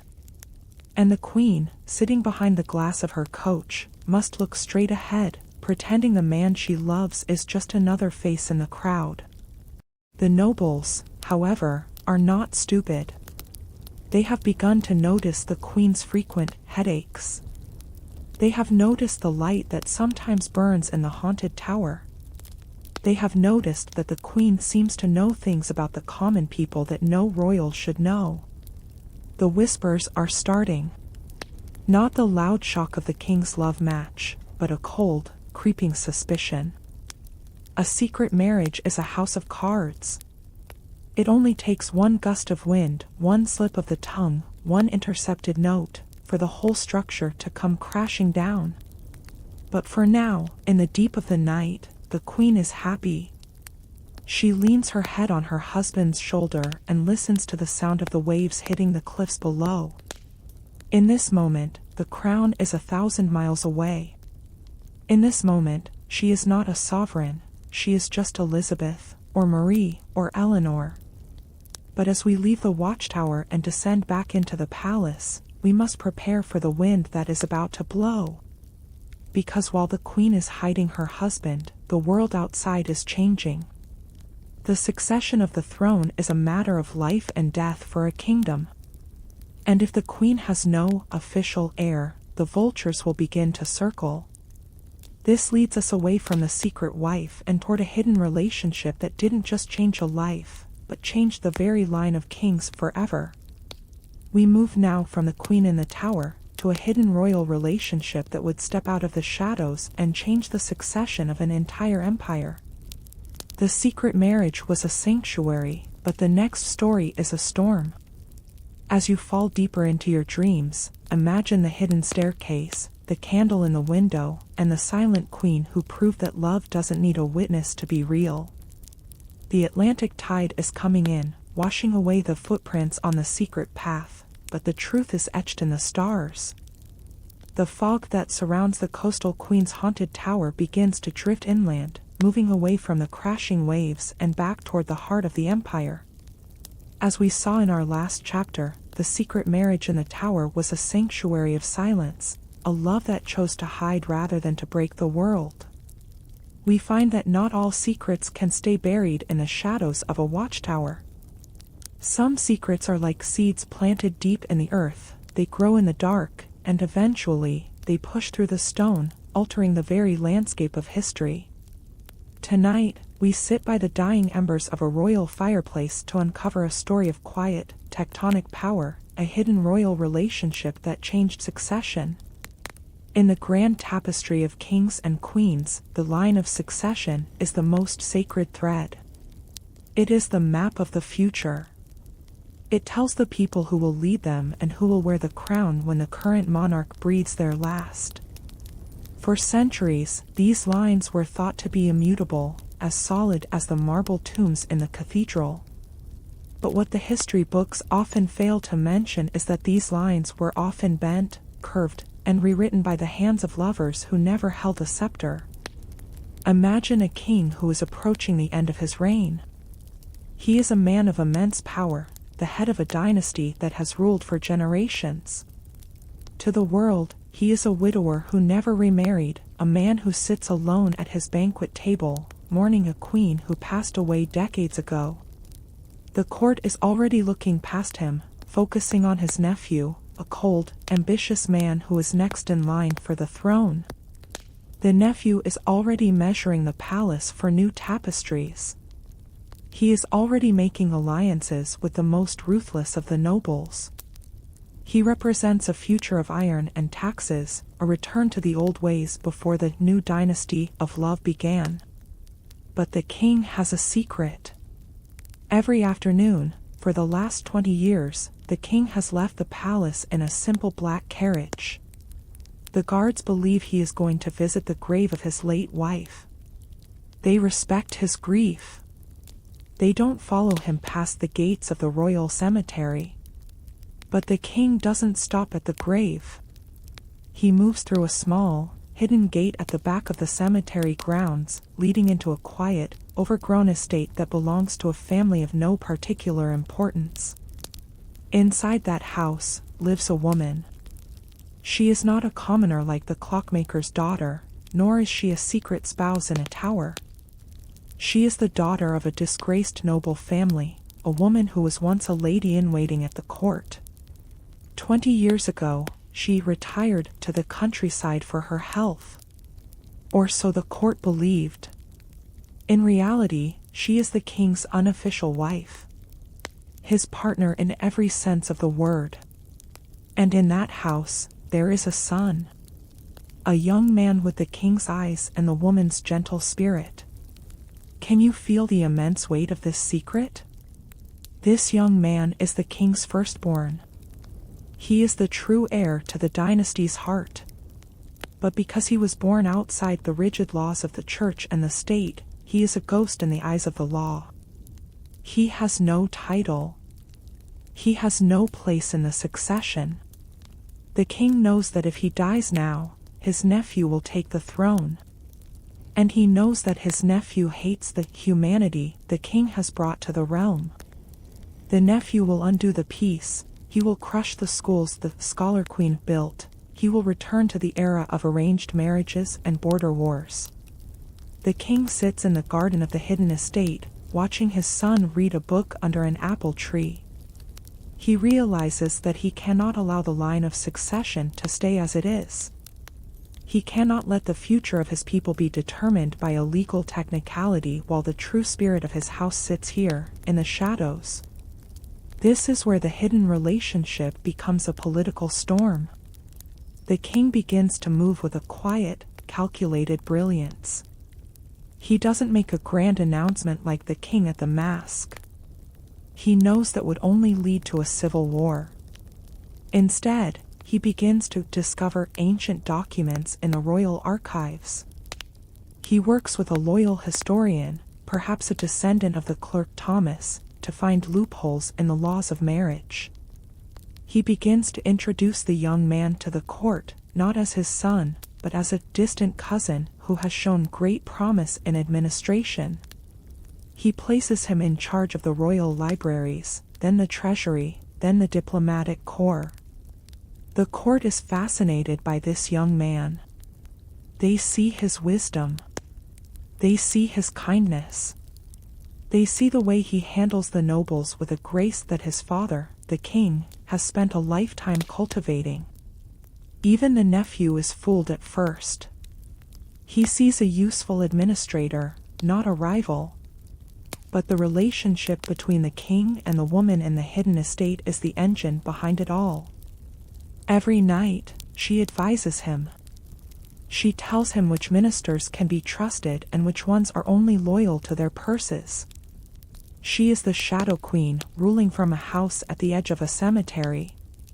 She writes to the king, the crown is a heavy burden for a boy who grew up in the sun. But if he does not wear it, the darkness will return to the land. We must be the bridge, even if we are never seen. As the king's health begins to fail, the secret moves toward its climax. On his deathbed, the king summons the Great Council. Not to name his nephew as his successor, but to present them with a legacy of intent. He reveals the truth. Not with a confession of scandal, but with a plea for the future. He shows them the marriage contract he signed with the woman 20 years ago, a contract that had been witnessed by a bishop who was now the head of the church. The nephew is furious. He claims the document is a forgery. He calls for his soldiers. But it is too late. The nobles, the same ones who were shocked by the love match years ago, have changed. They have seen the distant cousin in action. They have seen that he is more of a king than the nephew could ever be. And more importantly, they have seen that the people love him. The hidden relationship didn't just change the name on a piece of paper. It changed the heart of the government. The son is crowned. The nephew is exiled. And the woman from the hidden estate? She never moves into the palace. She stays in her quiet house by the cemetery, content to know that her love saved the kingdom. She remains a secret to the public, but to the king, her son, she is the true architect of the era. Can you see the ripple effect? Because this one hidden relationship changed the succession, the dynasty didn't just survive, it thrived. It became a line of rulers who were chosen for their character, not just their birth. But as this new king takes his seat on the throne, he realizes that he cannot rule alone. He has seen the power of a hidden partner, but he also knows the pain of a secret life. He looks at his ministers, and he sees a world that is still full of crisis. He sees a kingdom that needs more than just a ruler, it needs a support system. This leads us away from the secrets of succession and toward the most supportive royal marriage in history. A marriage that didn't hide in the shadows, but stood at the center of the storm. We move now from the son of a secret union to the royal couple who face the greatest crisis of their lives together, proving that love is not just a romantic dream, but a practical necessity for survival. The king is dead. Long live the king. And as the new monarch looks out over his people, he thinks of his mother in her quiet garden, and he prepares to find a partner who will stand by him through the darkness to come. The night is deep now. The fire has turned to embers. Let the story of the hidden heir remind you that truth always finds its way to the light. The crown has found its true head, and the kingdom is at peace. The transition of power has finally settled, and the young king, the son of the hidden relationship we just discovered, now sits upon the throne we have watched through so many generations. We find that the peace earned by his mother's sacrifice is about to be tested. A crown is never truly light, even when it is worn by a man of merit. Outside the palace walls, the wind is shifting once again. Not the wind of war this time, but the wind of a great and terrible crisis, a shadow that no army can fight and no treasury can outbuy. Tonight, we lean in close to the fire to hear a story of unbreakable strength, the most supportive royal marriage in crisis. Imagine a time of great darkness. Perhaps it is a season of failed harvests, or a winter so cold the rivers turn to solid glass. Or perhaps it is the Great Plague, that silent thief that enters every home, from the hovel to the high chamber. In this moment, the kingdom is afraid. The people look to the palace for hope, but inside those walls, the king is just a man. He is the son of that secret union, a man who knows the value of truth, but even he is beginning to buckle under the weight of a dying nation. He sits in the council chamber, the same room where the prince once refused the alliance. But the room is different now. It is colder. The reports on the table are filled with tragedy. The king buries his face in his hands. He is exhausted. He feels the failure of his lineage pressing down on his shoulders. But then, the heavy oak doors open. It is not a minister with more bad news. It is the queen. She was not an arranged bride, nor was she a secret commoner. She was a woman chosen for her spirit, a partner who was meant to stand beside him, not behind him. She walks across the cold marble floor, her footsteps steady and purposeful. She doesn't offer a formal bow. She simply walks to the king and places a firm, warm hand on his shoulder. "Rest," she whispers. "I have the reports. I have already spoken to the physicians. We will not face this as a king and a subject. We will face this as a family." Can you feel the shift in the air? In the history of the world, we are often told of the great men who saved their people. But look closer at the archives, and you will find the supportive partner who kept those men from falling apart. This marriage was not a fairy tale of flowers and dances. It was a marriage of the trenches. As the crisis deepens, the king and queen become a single, tireless unit. They don't retreat to a safe summer palace. They stay in the heart of the city. While the king manages the logistics of the state, the queen manages the spirit of the people. She turns the grand ballroom, the same room where the nobles were once shocked by a love match, into a hospital. She replaces the silk tapestries with clean linen. She walks among the sick, not as a goddess, but as a woman who knows that a queen's true crown is her compassion. The nobles are horrified. They tell her it is beneath her dignity. They tell her it is dangerous. But the queen looks at them with eyes that have seen the true cost of their dignity. If my people are suffering, she says, then the only dignity I have left is to suffer with them. Think of the nights in their private quarters. This is where the true support happened. Away from the eyes of the court, the king would often break down. The pressure was too much. The deaths were too many.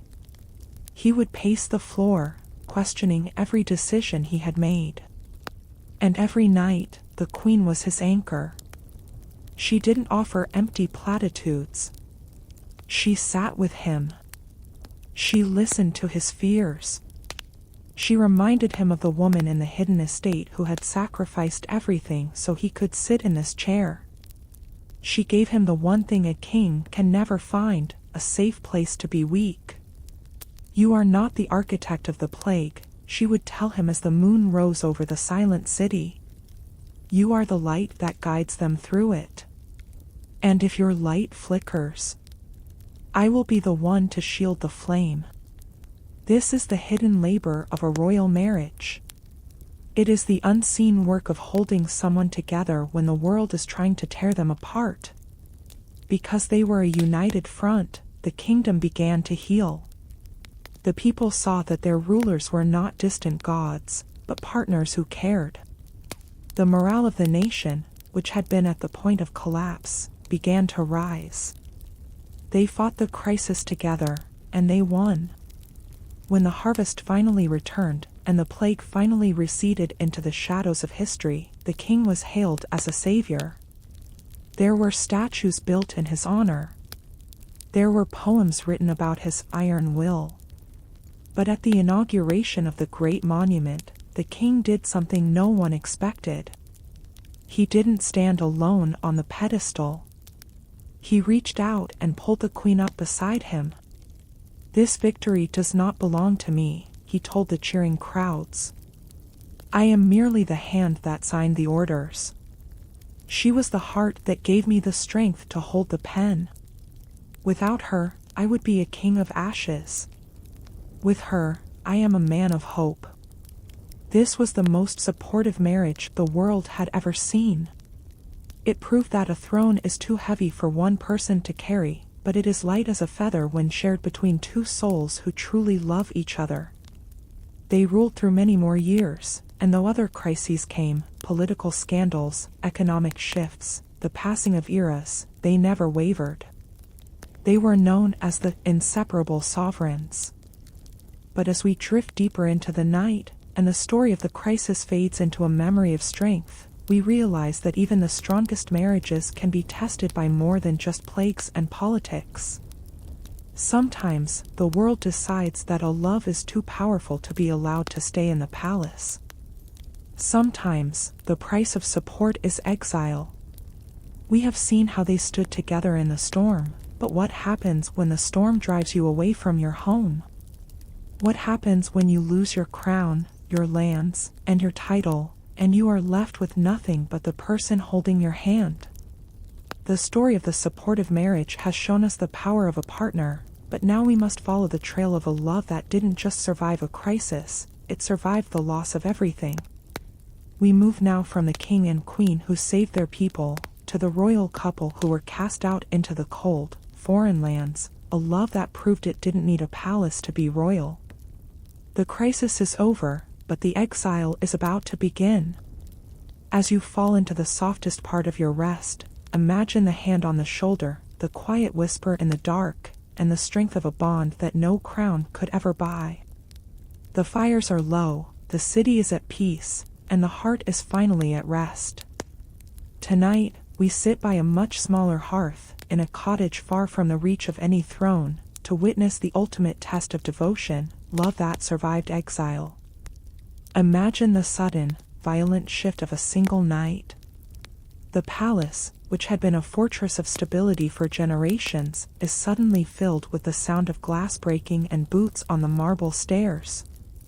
A new power has risen, perhaps a group of ambitious generals, or a rival faction of the nobility who never truly accepted the new dynasty. In a matter of hours, the king and queen are no longer the inseparable sovereigns. They are fugitives. They are hurried through the secret passage, the same one the queen in the tower used to find her husband, and cast out into the dark. They have no jewelry. They have no silk robes. They carry only a small bag of bread and the heavy, cold memory of a life that vanished in an instant. Can you feel the silence of the foreign land? It is a silence that rings in the ears. When you have spent your life surrounded by the noise of a court, the quiet of a simple life can feel like a vacuum. They find themselves in a small village in a neighboring country that does not recognize their titles. To the villagers, they are just the elderly couple in the house by the hill. They are Mr. and Mrs. Gray, or Smith, or any name that blends into the background. In the history of kings, exile is usually seen as a tragedy of loss. Loss of power. Loss of wealth. Loss of status.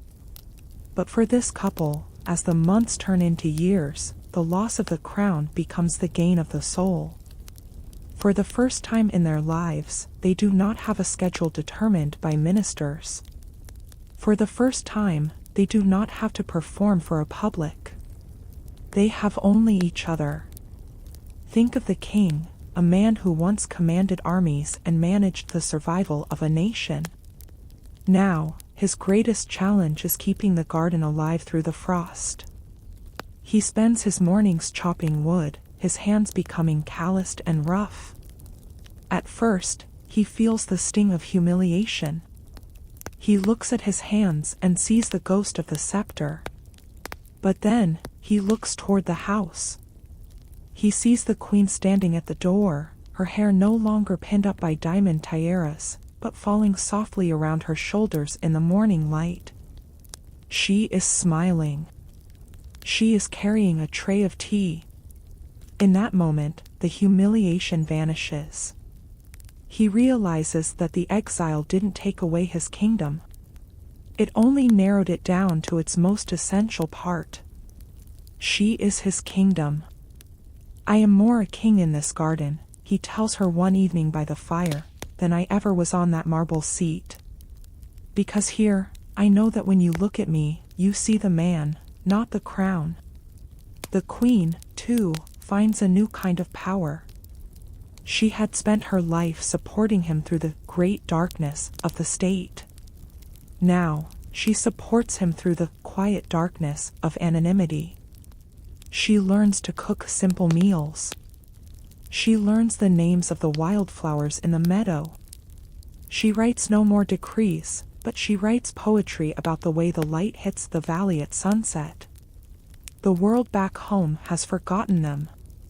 The new rulers have erased their names from the monuments. The children of the kingdom are taught a version of history where the inseparable sovereigns never existed. But love doesn't need a monument to be real. Their love survived because it was never built on the palace. It was built on the conversations in the library. It was built on the hand on the shoulder during the plague. The exile was simply the wind that blew away the straw and left the solid stone underneath. Can you imagine the peace of their old age?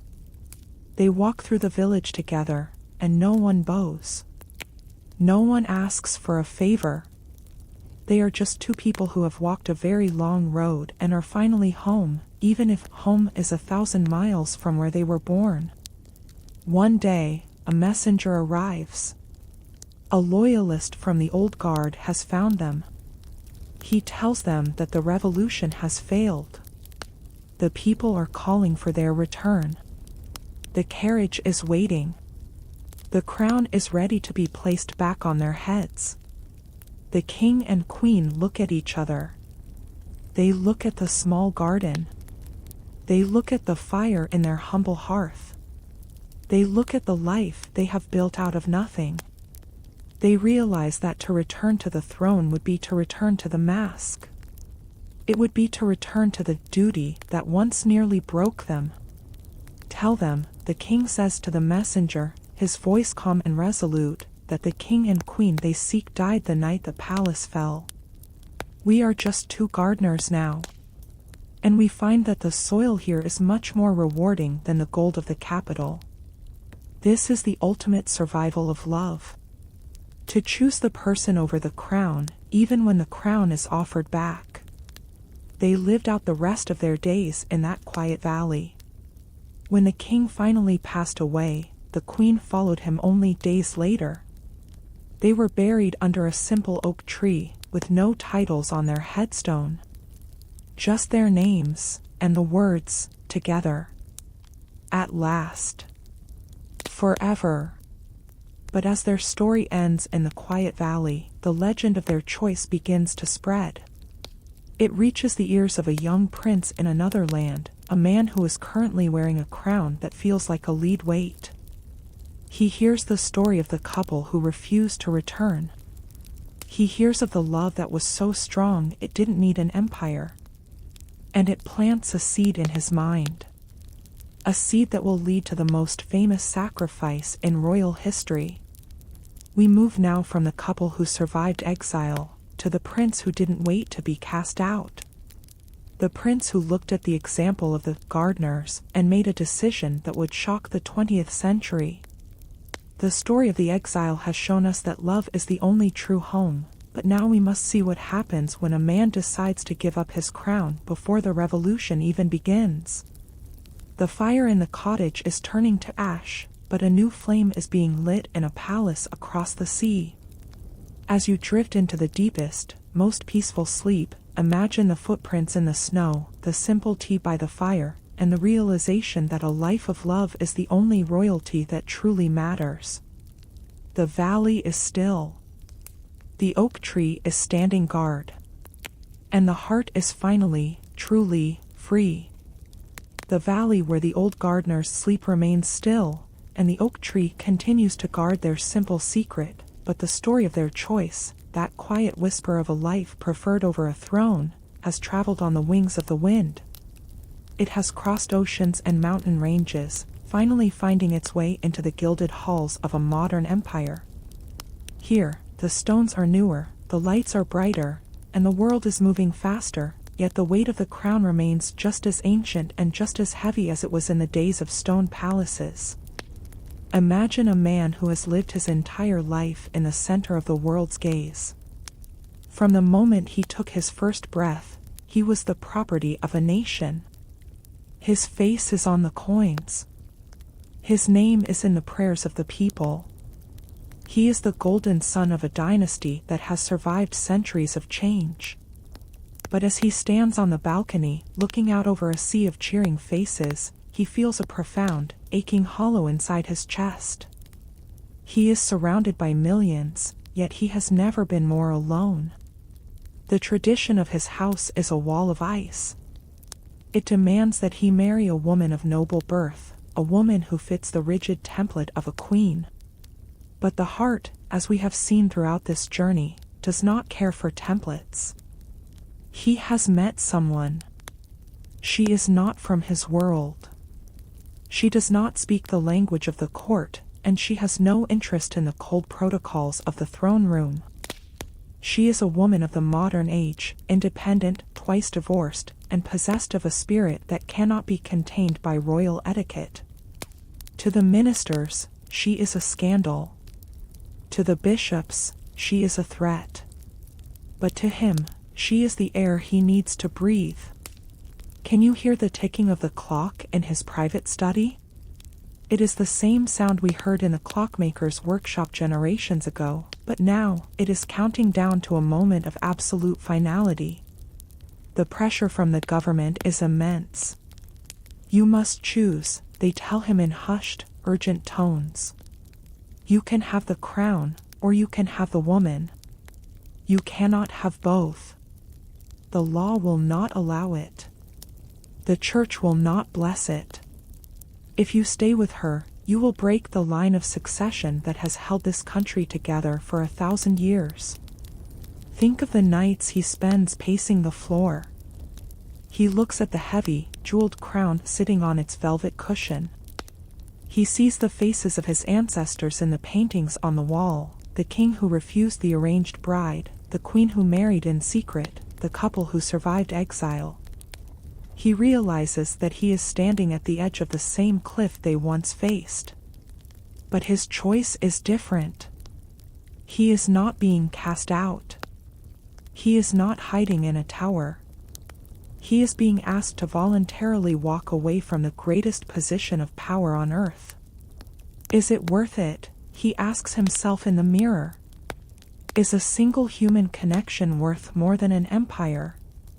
He remembers the sound of her laughter. He remembers the way she looks at him when the cameras are gone, the only person in his life who doesn't see a king, but simply a man who is often tired and always searching for something real. The decision is made in the silence of a December night. Imagine the radio broadcast, the entire nation gathered around their sets, the static crackling like the sound of dry leaves. The king's voice is steady, but there is a tremor of deep emotion beneath the surface. I have found it impossible to carry the heavy burden of responsibility, and to discharge my duties as king as I would wish to do, without the help and support of the woman I love. The words fall like stones into a still pond. In an instant, he is no longer a king. He is a man. He signs the abdication papers with a steady hand, the ink drying on the end of a 1,000-year-old era. He hands back the keys, he lays down the scepter, and he walks out of the palace doors, not as a ruler, but as a husband. The world is shocked. Some call it a betrayal. Some call it the greatest romance of the century. But for him, as he boards the train that will take him away from his home and his heritage, it is simply the only way to be whole. He meets her at the station in a foreign land. There are no trumpets. There are no guards to salute him. There is only a woman waiting on a platform in a simple coat. When he takes her hand, the weight of the crown finally vanishes. He is light. He is free. This is the most public of all sacrifices. He didn't hide his love in a basement or a cottage, he gave up a kingdom in front of the entire world. He proved that in the 20th century, just as in the 10th, love is the only power that can truly dismantle a throne. They live their lives in a quiet exile of their own choosing. They are seen at cafes, walking in the park, living a life of mundane, beautiful simplicity. The man who could have ruled a third of the world is content to carry his wife's shopping bags and sit on a bench in the sun. But as we watch them walk away into the golden hour of their lives, we realize that this sacrifice left a void behind. The throne he left was passed to his brother, a quiet man who never wanted the weight. And the letters that had once shaped decisions and stopped wars now had to be written in a different tone. Because even when the crown is given up, the connection between the heart and the palace remains. The story of the abdication has shown us the power of the ultimate no. But as the former king finds his peace in a foreign villa, he begins a new tradition, a tradition of devotion that would be carried out not through grand speeches or public acts, but through the daily, relentless habit of writing. For even when you have given up a kingdom, you never stop being a partner. And as he sits at his new desk, far from the palace, he picks up his pen to write the first of many thousands of letters.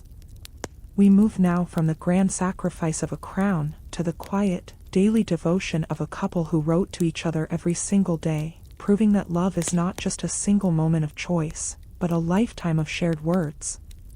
The palace is far away now. The radio is silent. The man is no longer a king, but he is finally a soul at rest. As you drift deeper into the velvet darkness of sleep, imagine the train disappearing into the mist, the crown left behind on its cushion, and the simple, profound joy of a hand held tight in the dark.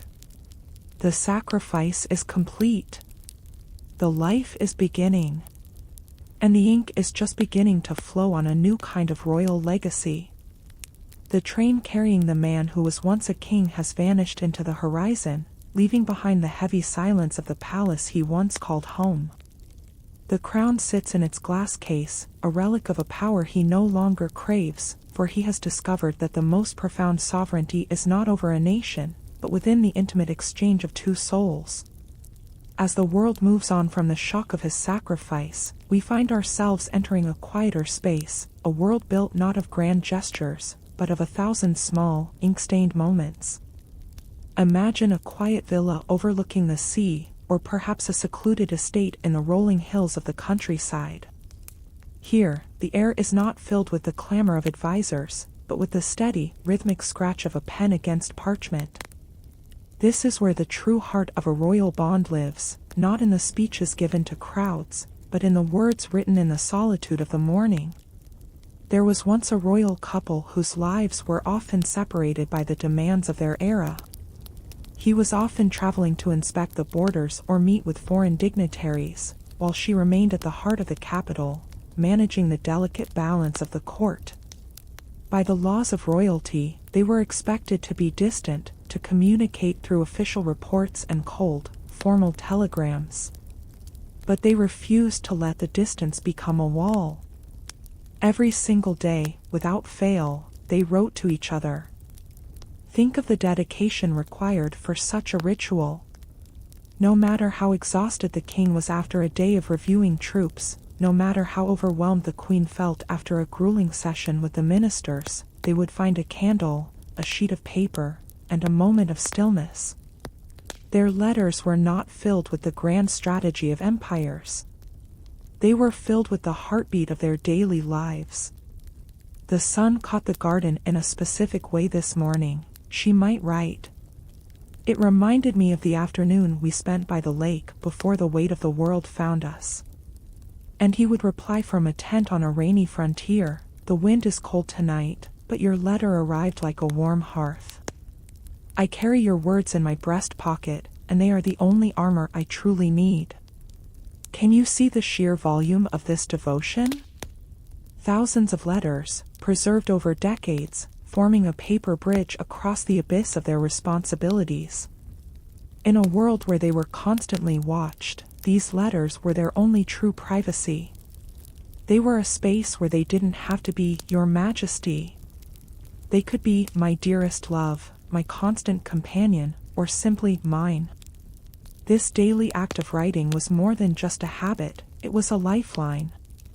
It was how they stayed best friends even when the world tried to turn them into statues. In the archives, we find that their letters often contain the small, mundane details that make a life human.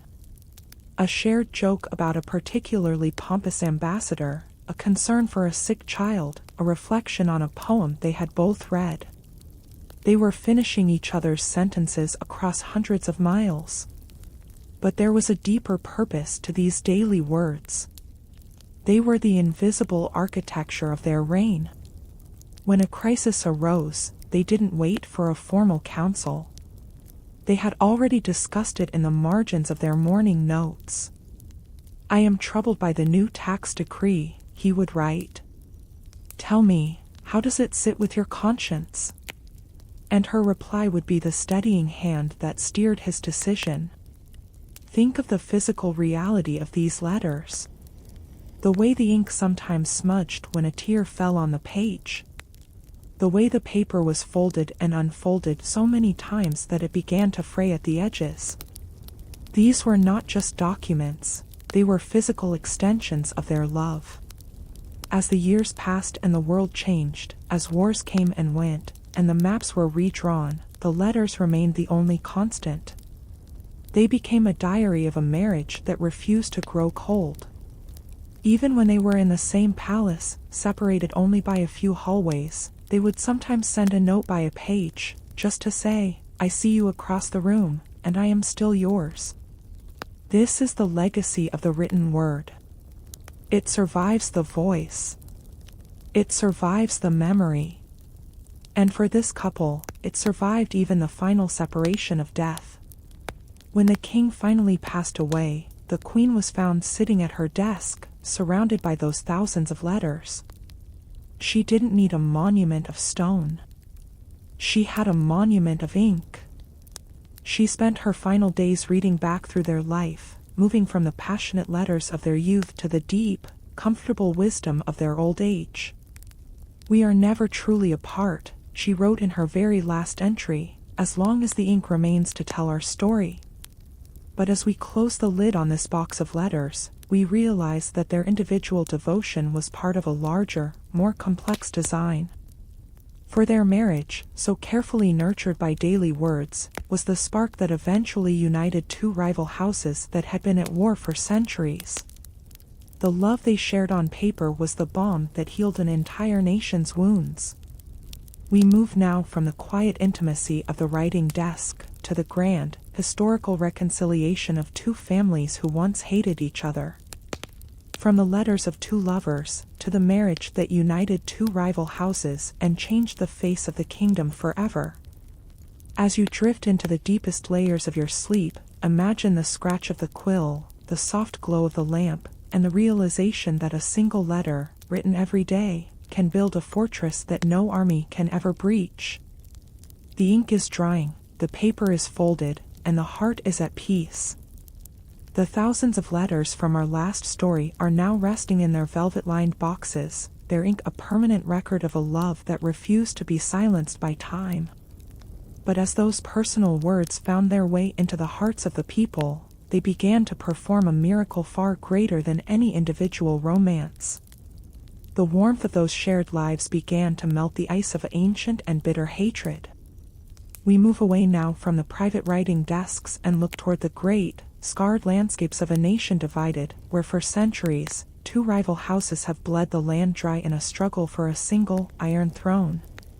Tonight, we watch as the final embers of a great fire are extinguished by a single wedding vow, the marriage that united two rival houses. Imagine the history of this land. It is written in red. The House of the White Rose and the House of the Red Rose, or perhaps the lions of the north and the eagles of the south.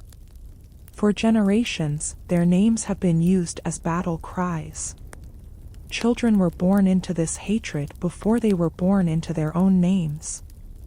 Every valley had seen a skirmish, every river had carried the weight of a fallen soldier. The rivalry was so deep that it felt like a law of nature, as permanent as the mountains and as inevitable as the tide. But as we have seen through our journey, even the hardest walls of tradition can be softened by the persistent flow of the heart. The war had reached a stalemate. Both houses were exhausted. Their treasuries were empty, their fields were fallow, and a generation of young men had been lost to the soil. The elders still gritted their teeth and spoke of revenge, but the people were whispering of peace. And so, in the shadows of a crumbling fortress, a secret meeting was held. Not to discuss another battle, but to discuss a union. The plan was as simple as it was dangerous. The heir of one house and the daughter of the other would be wed. This was not just a marriage, it was a grafting of two broken trees to see if they could grow into something whole. Can you see the first meeting of the couple? It did not happen in a ballroom. It happened in a neutral tent on a field of gray mud, surrounded by guards who kept their hands on their swords. They looked at each other not as lovers, but as symbols of everything their families had lost. He saw the face of the family that killed his father. She saw the eyes of the clan that burned her childhood home. But as they sat in the silence of that tent, they remembered the story of the royal couple who wrote to each other every day. They remembered that a crown is a cage if it is built on hate. He was the first to speak. He did not speak of borders or banners. He spoke of the exhaustion of the earth. "I am tired of the color of blood," he said, his voice barely a whisper in the cold air. "I am tired of a kingdom that only knows how to mourn." She looked at him, and for the first time, the enemy vanished. She saw a man who was just as haunted by the past as she was. "Then let us build a kingdom," she replied, "that knows how to plant." The wedding that followed was the most tense ceremony in the history of the realm. The cathedral was divided down the middle. On one side, the soldiers of the north stood in their scarred armor. On the other, the knights of the south sat with their banners furled. When the couple joined hands, it was as if the entire world held its breath. The crown was placed on their heads, and for the first time in 300 years, the bells of the city didn't ring for a victory, they rang for a reconciliation. This marriage was a masterpiece of emotional engineering. Every day was a lesson in forgiveness. When the king's advisors urged him to favor his own kin, he looked at the queen and remembered his vow. When the queen's family sought to undermine the king, she stood as a shield before him. They were the living bridge. Think of the patience required for such a life. To live with the person who represents your family's greatest tragedy, and to turn that person into your greatest strength. They had to teach their children a new language, a language where there were no enemies, only cousins. They had to rebuild the schools and the markets, creating a space where the two houses could finally mix their blood and their bread. In the history books, this is called the Great Union. It is praised as a triumph of statecraft. But we know the truth. It was a triumph of the heart. It succeeded because, behind the scenes, the king and queen chose to love the person, not the politics. They took the letters of the previous generation and they lived them out in the open air. Can you see the land beginning to turn green again? The forts are being torn down to build bridges. The swords are being melted into plowshares. The two rival houses haven't disappeared, they have simply grown into a single forest. This marriage proved that love is the only power capable of rewriting a history of violence. It showed that a single wedding ring can be stronger than 1,000 armies. But as the peace settled and the old rivalries became stories told to grandchildren, a new kind of protection was needed. For a love that unites a nation is a target for those who still crave the old chaos. As the king and queen walk through their unified city, they are safe not because of their guards, but because of the silence of their shadows.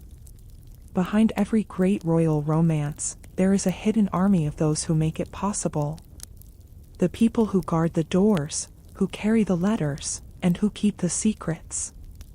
We move now from the marriage that healed a nation, to the quiet, invisible heroes who made that love possible. From the union of the two houses, to the love story that was protected and nurtured by the most loyal of royal servants. As you drift into a deep and healing sleep, imagine the two roses, the red and the white, finally blooming on the same vine. Imagine the sound of the swords being laid down for the last time, and the profound, beautiful silence of a land that is finally at peace with itself. The banners are folded, the fire is warm, and the heart has finally found its home in the arms of its former enemy. The roses of the two rival houses have finally intertwined, their thorns softening as they grow into a single, unified vine, and the land that was once scarred by the iron of war is now healing under the gentle rhythm of a shared peace. But as we have seen through the corridors of time, a love that unites a nation is a flame that must be shielded from the cold winds of lingering resentment and the prying eyes of those who still crave the old chaos. We move away now from the grand balconies and the public ceremonies of the Great Union, and we step back into the shadows of the palace. Into the narrow service hallways, the echoing kitchens, and the quiet stables, where the true guardians of the heart have always resided. Tonight, we honor the silent sentinels of history, a love story protected by loyal servants. In the grand narratives of royalty, the focus is almost always on the ones wearing the crowns. We talk of their speeches, their sacrifices, and their public scandals. But look closer at the edges of the frame. See the man standing perfectly still behind the king's chair. See the woman who holds the queen's heavy train as she walks toward her secret meetings. These are the people who saw the tears before they were wiped away. These are the people who heard the whispers that were never meant for the archives. For a royal romance to survive a world of spies and protocol, it requires more than just passion, it requires a wall of human silence. Imagine the life of a royal valet or a lady-in-waiting. To the court, they are invisible. They are moving pieces of the furniture, expected to be heard only when spoken to, and seen only when needed. But in the secret history of the heart, they were the most powerful people in the building. There was a love story, perhaps it was the queen who married the commoner, or the prince who refused the alliance, that would have ended in tragedy on the very first night if it weren't for a single, loyal servant. Think of the backstairs path. While the ministers were watching the front gates, a kitchen maid was slipping a note into a basket of bread meant for a hidden cottage. While the guards were patrolling the main gallery, a stable master was keeping a horse saddled and ready in the dead of night, looking the other way as a cloaked figure disappeared into the woods. Why did they do it? It wasn't always for gold. Often, it was because they saw, in the midst of all the cold, marble artificiality of the palace, something real. They saw two people who were trying to be human in a world that demanded they be gods. By protecting that love, the servants were protecting a piece of their own humanity. Can you hear the soft, rhythmic sound of the brush against the queen's hair? It is late at night. The room is quiet. The lady-in-waiting sees the queen's reflection in the mirror, the redness of her eyes, the way her hands tremble as she holds a forbidden letter. The servant doesn't ask questions. She doesn't run to the chief minister to trade this information for a promotion. Instead, she simply begins to hum a low, soothing melody, a signal that the hallway is clear, that the guards have moved on to the next floor, and that for the next hour, the queen is safe to weep or to write. This is the labor of loyalty. It is the constant, exhausting work of maintaining a facade. In the history of the Great Union of the rival houses, it was the servants who acted as the first bridge. The valet of the northern king and the maid of the southern queen began to share their own stories in the servants' hall. They realized that their masters were suffering from the same loneliness, the same ghosts of the past. It was a whispered word from a trusted servant that finally convinced the king to take that first, tentative step toward the queen's tent on the field of grey mud. "She is not the monster your father described," the valet had whispered while polishing the king's boots. "She is a woman who prays for the same peace you do." Love did not just happen between the crowns, it was nurtured in the kitchens. Think of the risks they took. If a secret romance was discovered, the royals might face exile or scandal, but the servants faced the gallows. They had no titles to protect them. They had no foreign allies to call upon. Their only defense was their invisibility. And yet, they stood guard. They lied to the inquisitors. They burned the letters that arrived too late. They became the keepers of the quiet royal loves history almost forgot. There is a story of a king who fell ill in his old age, the same king who had ruled as a best friend to his queen. In his final hours, he didn't call for his ministers. He called for the man who had been his valet for 40 years. He reached out and took the servant's hand, not as a master, but as a friend. "Thank you," the king whispered, "for the doors you kept closed, and the secrets you kept open. This is the unseen foundation of every story we have told tonight. The secret engagements, the forbidden dynasties, the marriages that stopped wars, none of them could have stood without this invisible army of loyal hearts. They were the architects of the silence that allowed love to grow. As we sit in the deepening peace of the night, imagine the palace as it truly was. Not just a place of kings and queens, but a community of shared secrets. A world where the person holding the candle was just as important as the person holding the scepter. The lights in the servants' quarters are finally going out now. The heavy iron keys have been turned in the locks. The palace is settled. But the impact of this shared loyalty is about to move beyond the stone walls. For a love that is protected by the people eventually becomes a love that changes the people.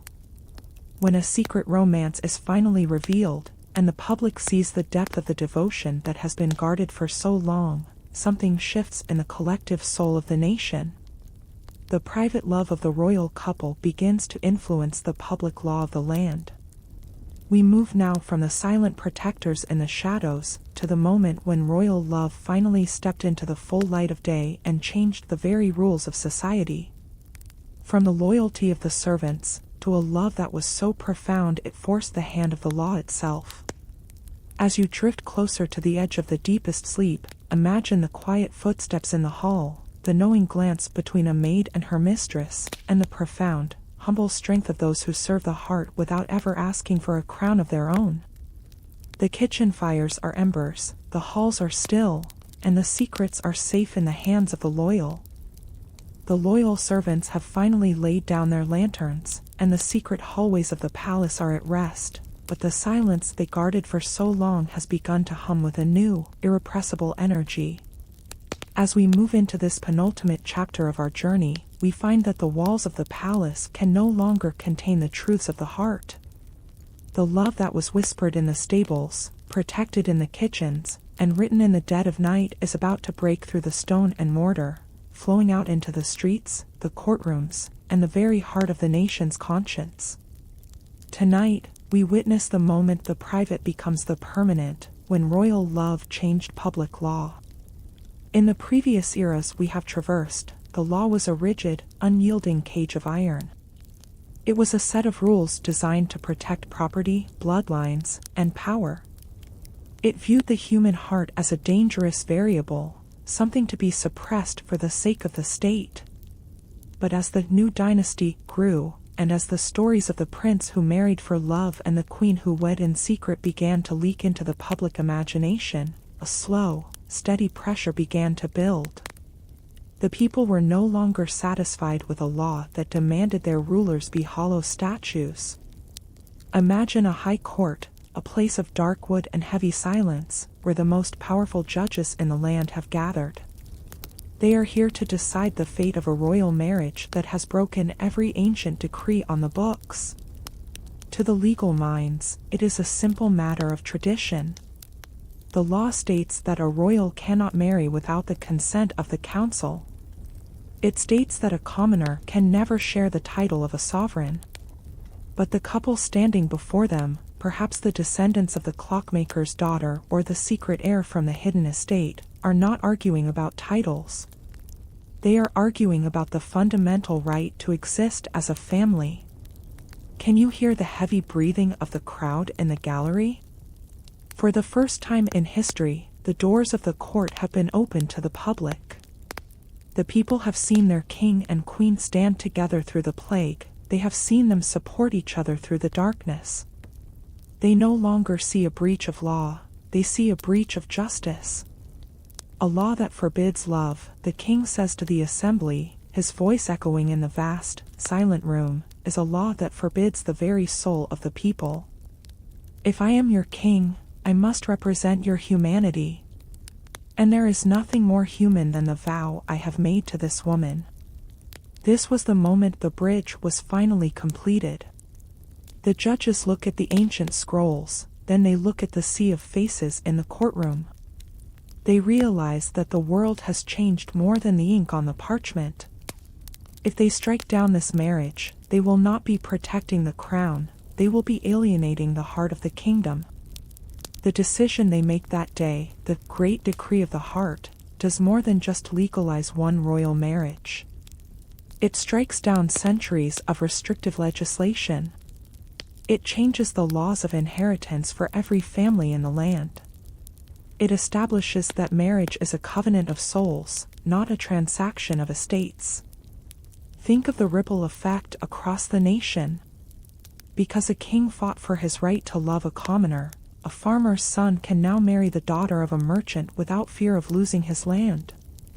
Because a queen fought to recognize her secret husband, the rights of common law, families across the realm are finally given the protection of the state. The private struggle of the royals has become a public gift for the people. In the history books, this is recorded as a legislative reform. But to us, it is the victory of the letters we saw Thomas find in the basement, the victory of the secret engagement hidden from Parliament. The no that the king said in the workshop has finally become a yes, written into the statutes of the land. Can you feel the lightness in the air? The palace is no longer a fortress separated from the world by a moat of cold laws. It is now a house that breathes the same air as the villages and the towns. The quiet royal loves that were once forced to hide in towers and cottages are now walking the streets in the full light of day. This shift changed the very nature of the throne. It was no longer a symbol of divine right, but a symbol of human duty. The law was no longer a cage, it was a shield. But as the old laws are swept away like dry leaves in an autumn wind, we find ourselves approaching the final horizon of our journey. For when the law changes, and when love becomes the standard of the realm, the grand dramas of history begin to fade.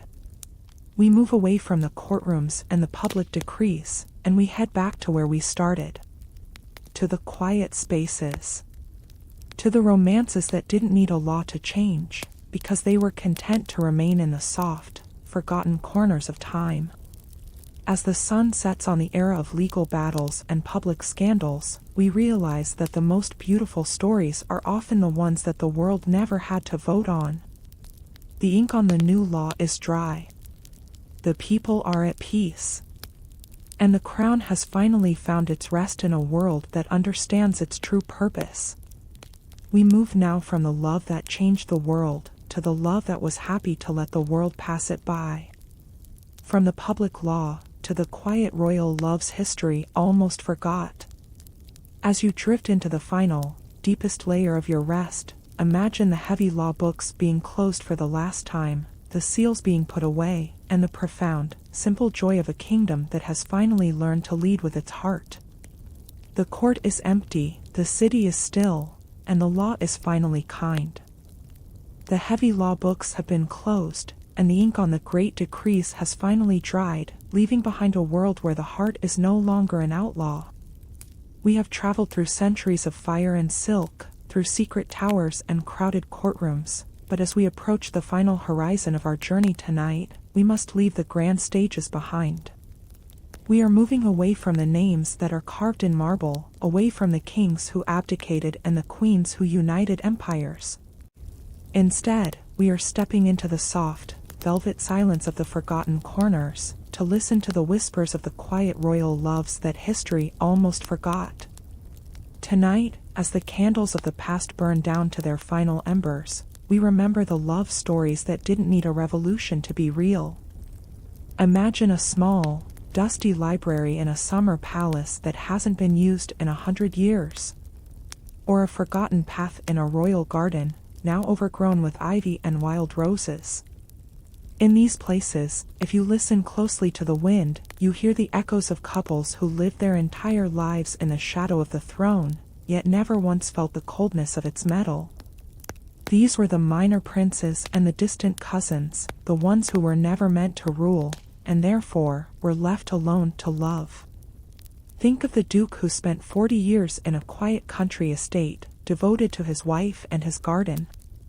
History remembers him only for a single signature on a minor treaty, but his real legacy was the thousands of mornings he spent bringing her wildflowers before she woke. History forgot the way they looked at each other across the breakfast table, but the walls of that house still vibrate with the warmth of a life well lived. Think of the princess who was expected to marry for power, but instead chose a life of quiet service alongside a man of no rank. They didn't cause a scandal. They didn't change the laws. They simply lived a life of such profound, steady kindness that they became a legend in the small village where they resided. To the world, she was a footnote in a royal genealogy. To the people whose lives she touched, she was the heartbeat of their community. Can you feel the peacefulness of these stories? They are like the deep, still waters of a lake, away from the crashing waves of the great historical storms. In our journey tonight, we have seen that love can be a weapon, a shield, or a sacrifice. But in these quiet stories, we see that love is also a sanctuary. It is the simple act of being home for another person, even when home is a palace with 1,000 rooms. As we sit in this final, deepening silence, it is important to look at the lesson these forgotten lives have left for us. Because history often focuses on the loud, the tragic, and the grand, but life is made of the quiet, the steady, and the small. We often believe that to be important, our lives must be a series of grand gestures. We think that to be remembered, we must change the world or stand on a pedestal. But the quiet royal loves teach us something different. They teach us that the most significant thing you can ever build is a bridge of understanding between your heart and another's.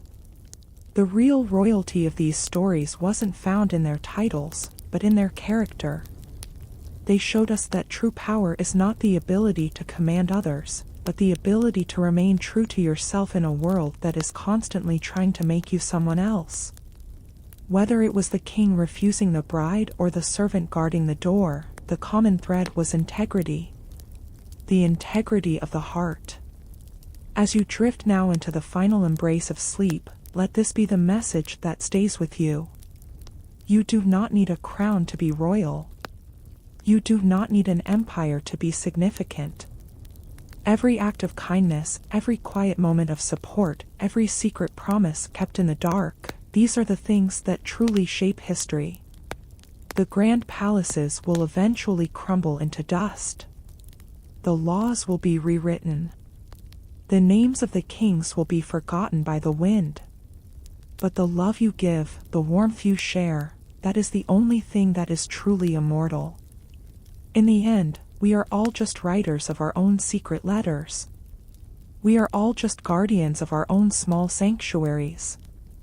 The fire is now just a soft, red glow.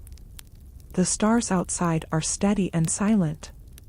The kingdom is at peace, not because the wars have ended, but because the hearts have found their rest. Close your eyes now. Let the weight of the day fall away like a heavy royal robe. You are safe. You are seen. And you are loved by the very history that surrounds you. Sleep now, while the history sleeps. The letters are folded. The gates are closed. The journey is complete. Sweet dreams. And may your own story be filled with a love that the world may never know, but that your heart will never forget. Good night.